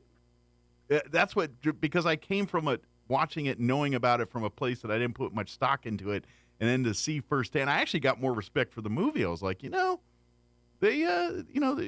I'm not going here for a history lesson, but it certainly led me to understand more of the facts of the case and see what happened, and it drew. And once I got to see it firsthand, that's when I was like, okay, now I'm way interested and want to know about some of the other people involved and some of the other members of the regulators here in the Tunstall side Yeah. versus the Murphy side and all that kind of stuff. It was really, and then of course if you get more into the details, which I would offer if you do get a chance to make this whole, if when you go to the courthouse there, that's where one of the places you can get your tickets to go explore the museums and what have you.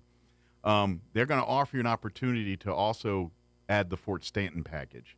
And let me clarify that the tickets are sold in the visitor center. Yes. Down the equivalent of a block or two from the courthouse. Yes, exactly. I think.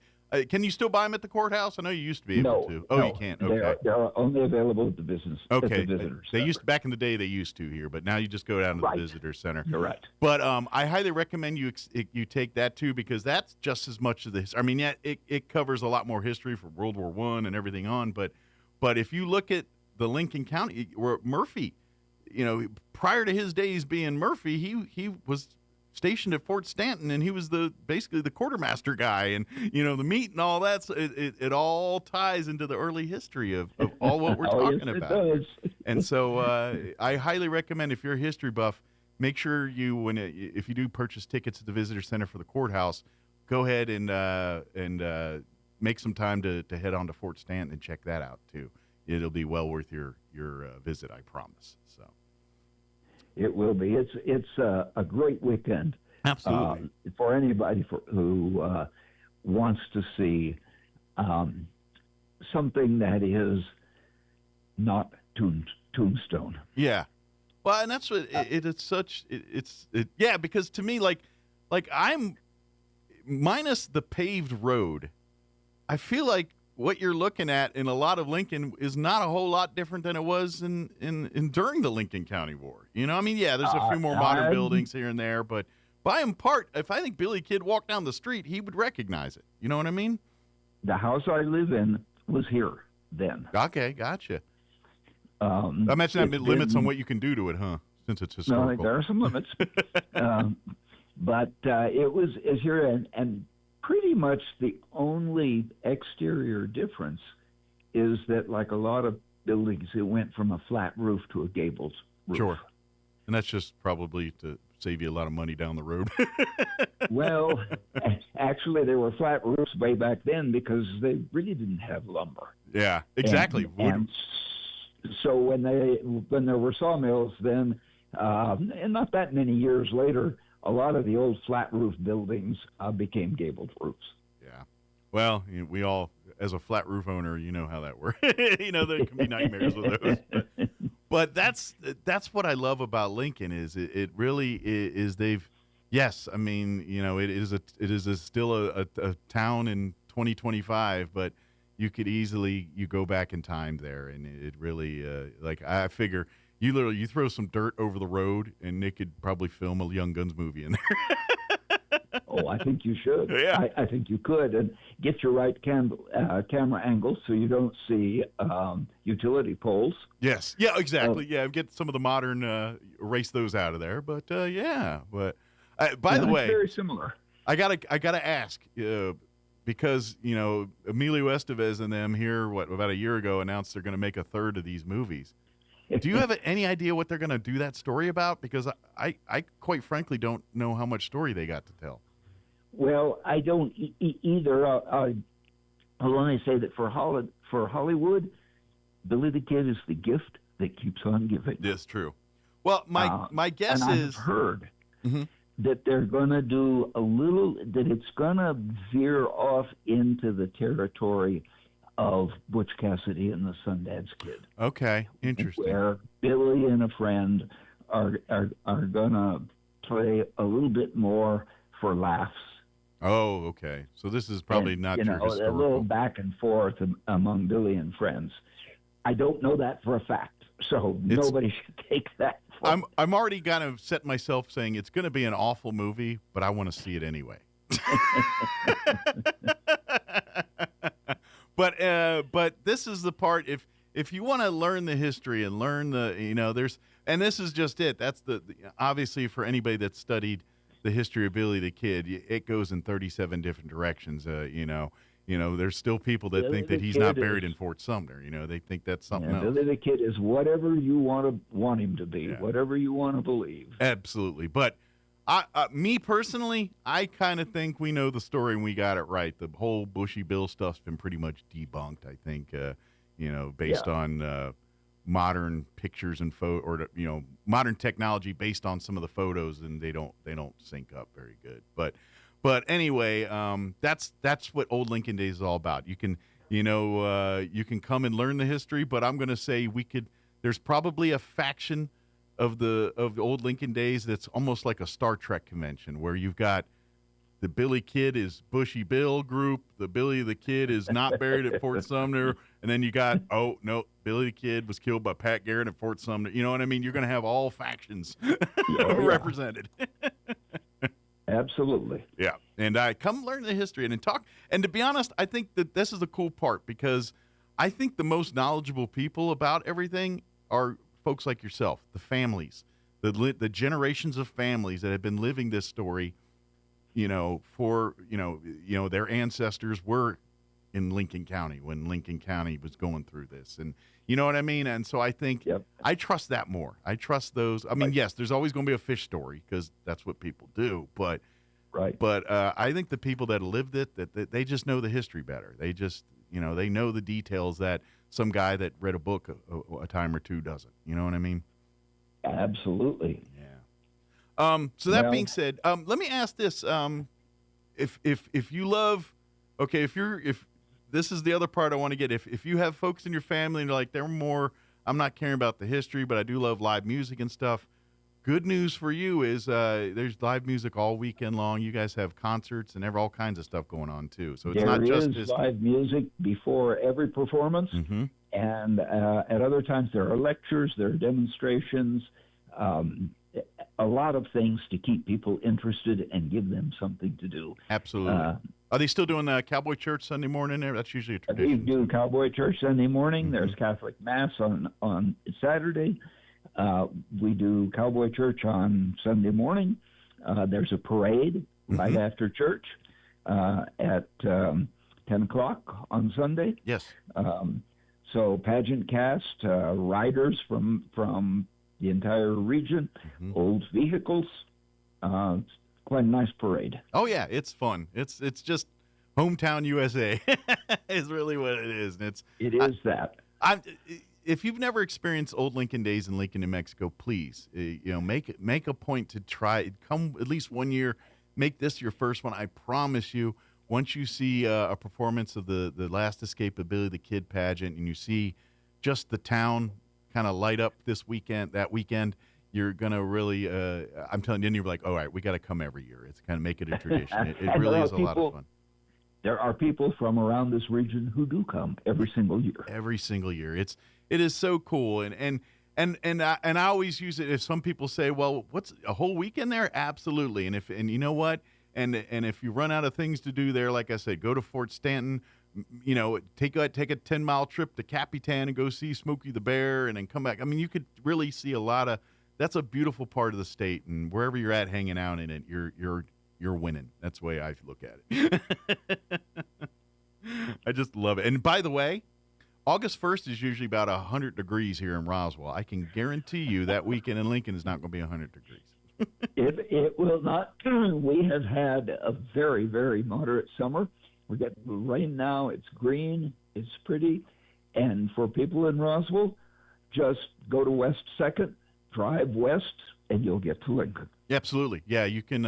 You'll see the turnoff as you're heading towards like Ruidoso. You'll see the turnoff saying to Lincoln, and you follow it. And it's about a 10, 15 mile trip down that road, and you're right in the smack dab in the middle of Lincoln, New Mexico.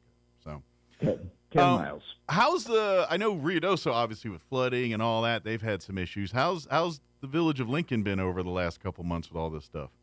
We have not had the rain that Ruidoso has. And of course, just because of the geography, the rain that has fallen in Ruidoso has come down the other valley, down the Ruidoso Valley to Hondo. It has not come down the Bonito Valley. So you guys have been fortunate. At any time, but it hasn't. So kind of a blessing in disguise, kind of cross your knock on wood. We're in good shape on that. Good deal. So, but please come down to Lincoln. Again, it's going to be August 1st, 2nd, and 3rd. If I know you can usually get tickets right at the pageant entrance there for the pageant grounds. Can they get them online in advance, or is it all? Nope, can get them online. Go to our Facebook page. Okay. You can get them online, and I will say that now, with great cooperation from our local provider, PVT, Penasco Valley Telephone, we have internet at the ticket booth at the pageant grounds. That's breaking news. And so people can pay with plastic. Oh, perfect. So we make it even more modern conveniences here. We're stuck in history, but not totally. Well, and it's always, and that's just it. You don't realize what big a deal is to have internet access. I mean, it's in the mountains, man. This is a village town. It's, technologies aren't there that there are in other places. and we don't have normal cell service. Yes. I mean, everything's, but that's the beauty of it. That's like, if you want to get lost for the weekend, go to Lincoln. You can do it. But so on Facebook, is it the Billy the Kid pageant? Is that the Facebook page they should go to? Billy, yes. Perfect. Billy the Kid. I know there's a few others out there, but Billy the Kid pageant, that'll be the one that you'll find the direct link to prepay. Actually, I think it's Last Escape. Okay. I think is our name on Facebook is not Billy the Kid page, it's Last Escape. Okay, I've seen several different ones on here, so I'm trying to kind of link it up. But you should be able to find, and of course, just get online and get on there. But you can reach out if you have any questions. Right. Probably call the Lincoln Village and all that. Get your questions answered on that too. So good deal. John, is there any information we skipped that we wanted to cover? I know to me it's this. I just love this conversation because I'm just like, I just love talking the history and the fun of it. It's not exactly information. I think we've covered all the bases, but I think it's important to note that this weekend and what we do this weekend and have been doing for 60-something years now and so on is a community effort. Mm-hmm. It's all volunteer. The Last Escape is all volunteer. Of course, the State Historic Site has paid staff, but but organizing everything and putting on the pageant is complete volunteer work. And it's it's grassroots. It really is. It is grassroots, and it's probably the last remaining true historic folk pageant in the country. I mean, it's not like the one near Amarillo, Palo Duro. It's not like Six Flags. It's not like other semi-commercial productions elsewhere in the country. This is the people of the region doing it on their own, and it has been since 1940. And it gives it that authenticity that those others don't achieve. You know what I mean? It's the family history. Like, literally, this is the part that makes it great, is, and what you're talking about, it's the family history. Like, I'm going to take a stab that, depending on, the families and the years and who's doing what roles, half these guys are related to some of these folk. You know what I mean? They're like, you could trace back and they're like, yeah, this guy was in he was on the Tunstall side, or he was on the Murphy side. Right. I love that. That's to me, that's what makes it authentic. Is the blood is involved in this, and that's what. Authentic. And of course, there are. It's a non-professional production. This is not Hollywood. There are ragged edges here and there, but it is authentic. Yeah, it's that is the word. And it's and I know it's they put so much passion and pride, because like you were saying earlier, it is a rite of passage. Some of the men and women that are involved with it, as kids, were wanting to get involved and are told, wait your time, and now they get to do it. It is that there's a prestige to it that you can't explain unless you see it and experience it yourself. And that's what I hope you guys do, come out to Lincoln August 1st, 2nd, and or 3rd, and be a part of this. So we'll be happy to see everyone here on those days. Absolutely. Trust me, Lincoln it's a great chance to come, and it's going to be cooler. The weather's so nice up there, and you can go and just shop and walk around and get lost a little bit and get wrapped up. Or if you want to, next thing you know, you're in one of these demonstrations or whatever, and you're like, man, I just learned this whole thing about pioneer life that that is amazing, and well, for example, one bunch of my family has been in gold mining in Lincoln County since that period, and one of my cousins is going to do a panning demonstration. That is so cool. And there are demonstrations of that. Is just an example of the kinds of things that will be demonstrated. Yeah. No, don't worry, folks. If you find something, you get to keep it, but don't. You're not getting rich off this one. Hey, listen, nobody in Lincoln County would ever think of salting a mine. Yeah, not for that. Certainly not my family. Nope. But that's the cool part, is you get to experience that firsthand, and your family gets to see this and experience. It's just I can't do it justice explaining it. You just got to be there to see it and experience it for yourself. You got to see it, smell it, feel it, taste it, just be a part of it. That's what you got to do. But again, mark it on your calendars, August 1st, 2nd, 3rd. It is Old Lincoln Days in beautiful Lincoln, New Mexico. The Last Escape of Billy the Kid pageant. There'll be performances Friday night, Saturday night, and then a Sunday matinee. Don't worry, before each night they've got live music and everything else. Sunday's going to be the parade and church and everything else, and concert before. And then, of course, they'll be doing live music with some great local artists. I'm telling you, Ruidoso area has got some talented folks out there, and they all come to Lincoln and do their thing. So people come from all around. Absolutely. And folks, get your tickets, and we'll remind folks next week as we get a little closer to this event too. But okay. But mark it on your calendars, please. If you've never been, especially, make this year your first time. And of course, folks have gone before. You know exactly what I'm talking about. Rally the troops, and let's head on to Lincoln for. And by the way, for folks that are living here in Roswell, you may or may not know this, but during the Lincoln County War, this is Lincoln County.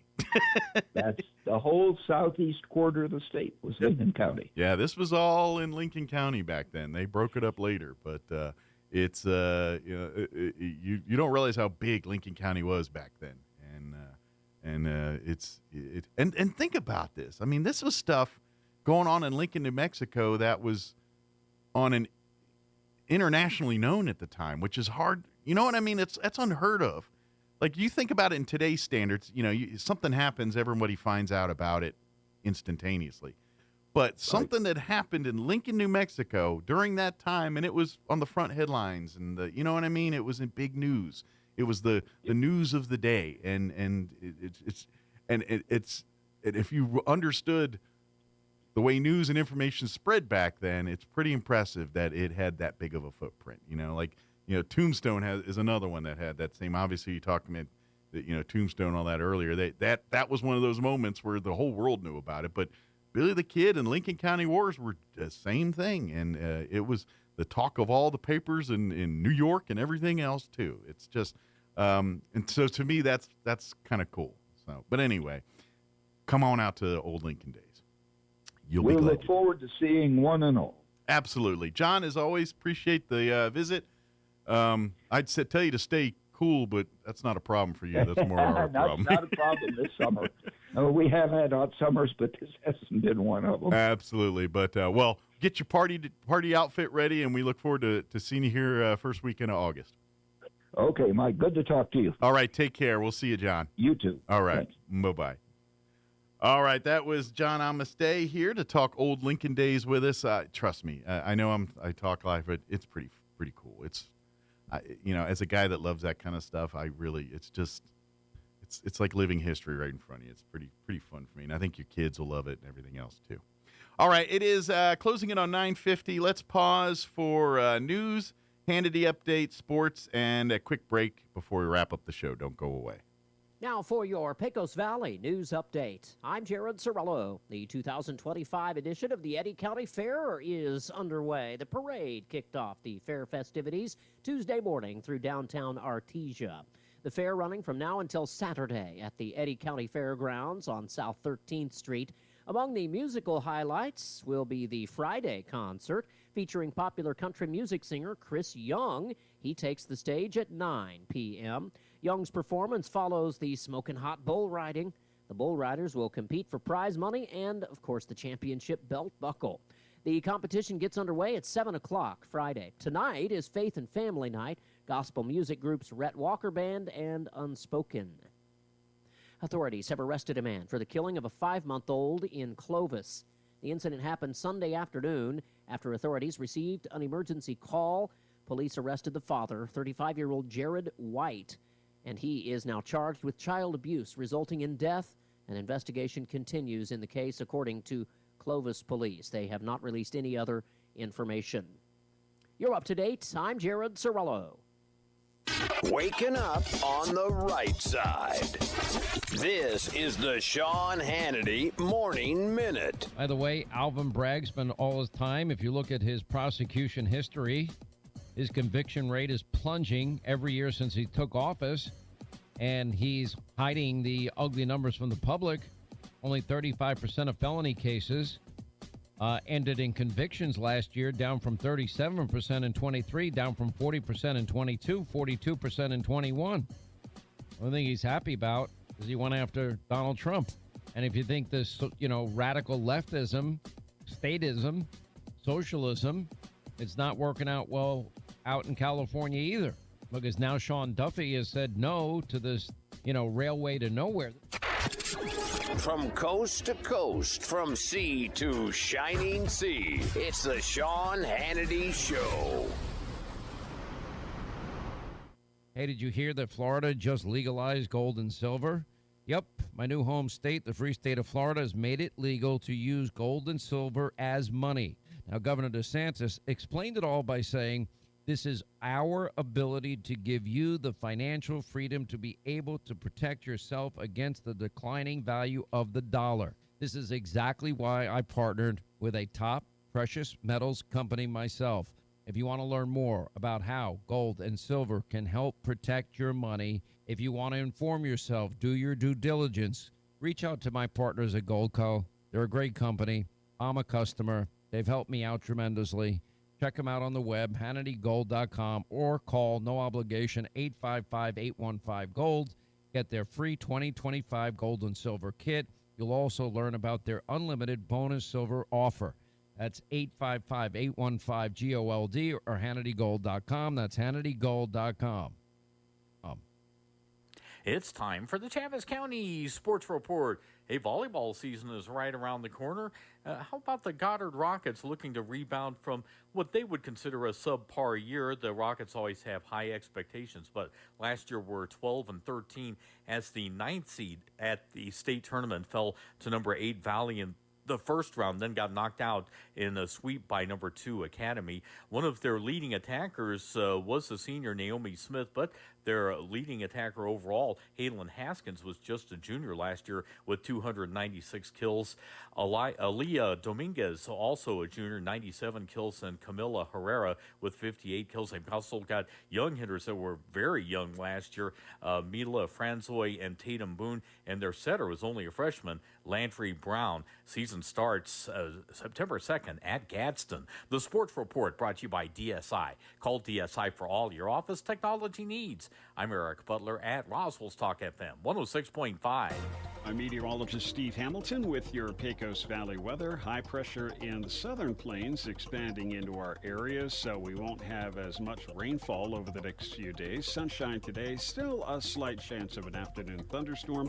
Looks like low 90s on the high. Few clouds overnight, down to about 70, and then we're in the mid-90s on Thursday, upper 90s on Friday, and sunny. It looks like we'll stay sunny and hot through the weekend. That's your latest forecast. I'm meteorologist Steve Hamilton. With the Wall Street Business Report, I'm Rich Thomason. Japan is the latest U.S. trading partner to reach a trade agreement with Washington. President Trump calls it a great deal. 15% tariffs to be levied on Japanese imports, while Japan will open its markets to U.S. cars and trucks and agricultural products, including rice. The president's unveiling an AI action plan shaped by Silicon Valley tech leaders. Among other things, it will focus on boosting artificial intelligence, streamlining permits for energy-hungry data centers. Wall Street opened higher this morning on word of the U.S.-Japan trade agreement. The stock market recently scored gains that have it hovering in record territory. Gloom and doom predictions regarding President Trump's tariff strategy have so far failed to materialize, and the market continues its upward swing. For the Wall Street Business Report, I'm Rich Thomason. Join Hot New Country 92.9 The Brand and La Pantera 106.1 FM for a special live broadcast this Saturday from 10 to 1 at Roswell Honda. Back to school season is here, and Roswell Honda wants to get you geared up for the back to school giveaway. Join us from 10 to 1 for free hot dogs and ice cold Pepsi, Jolly Jumps, face painting, snow cones, and our friends at Tacos Pita selling their delicious tacos and drinks. Register to win a backpack full of supplies, a basket of school supplies, or a computer, desk, and chair. Drawing at 1 p.m. Must be present to win.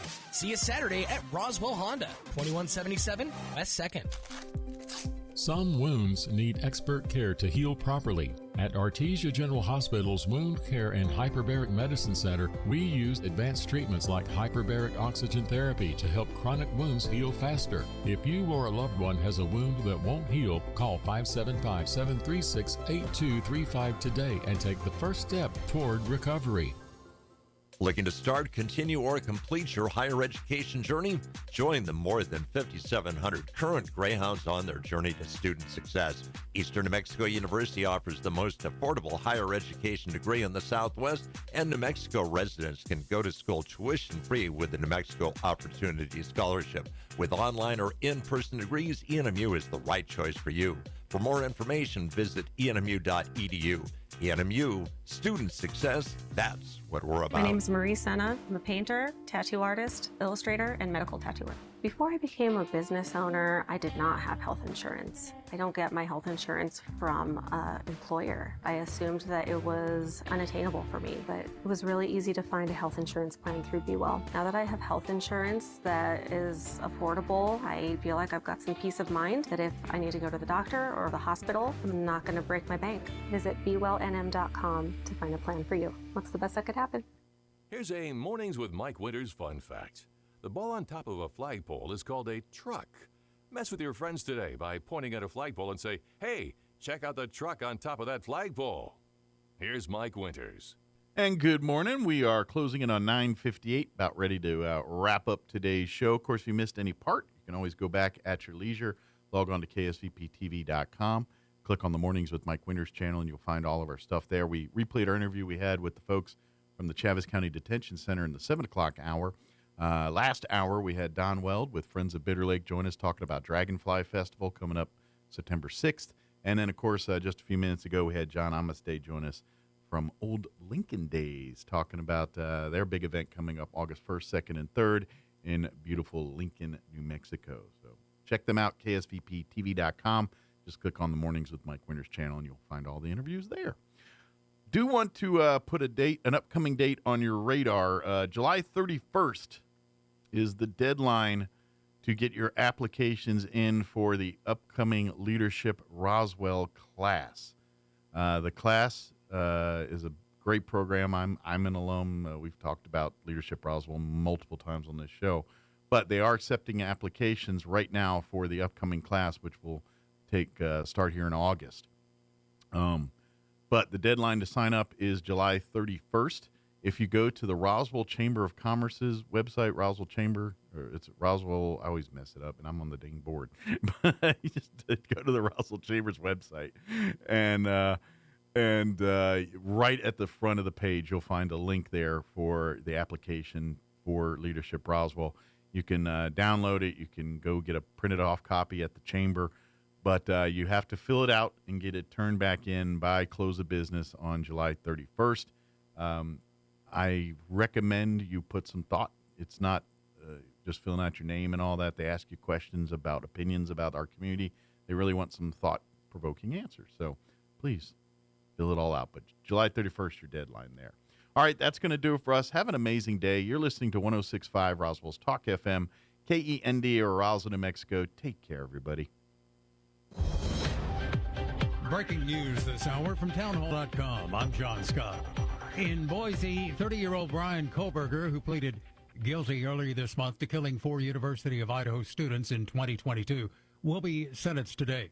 Koberger pleaded guilty.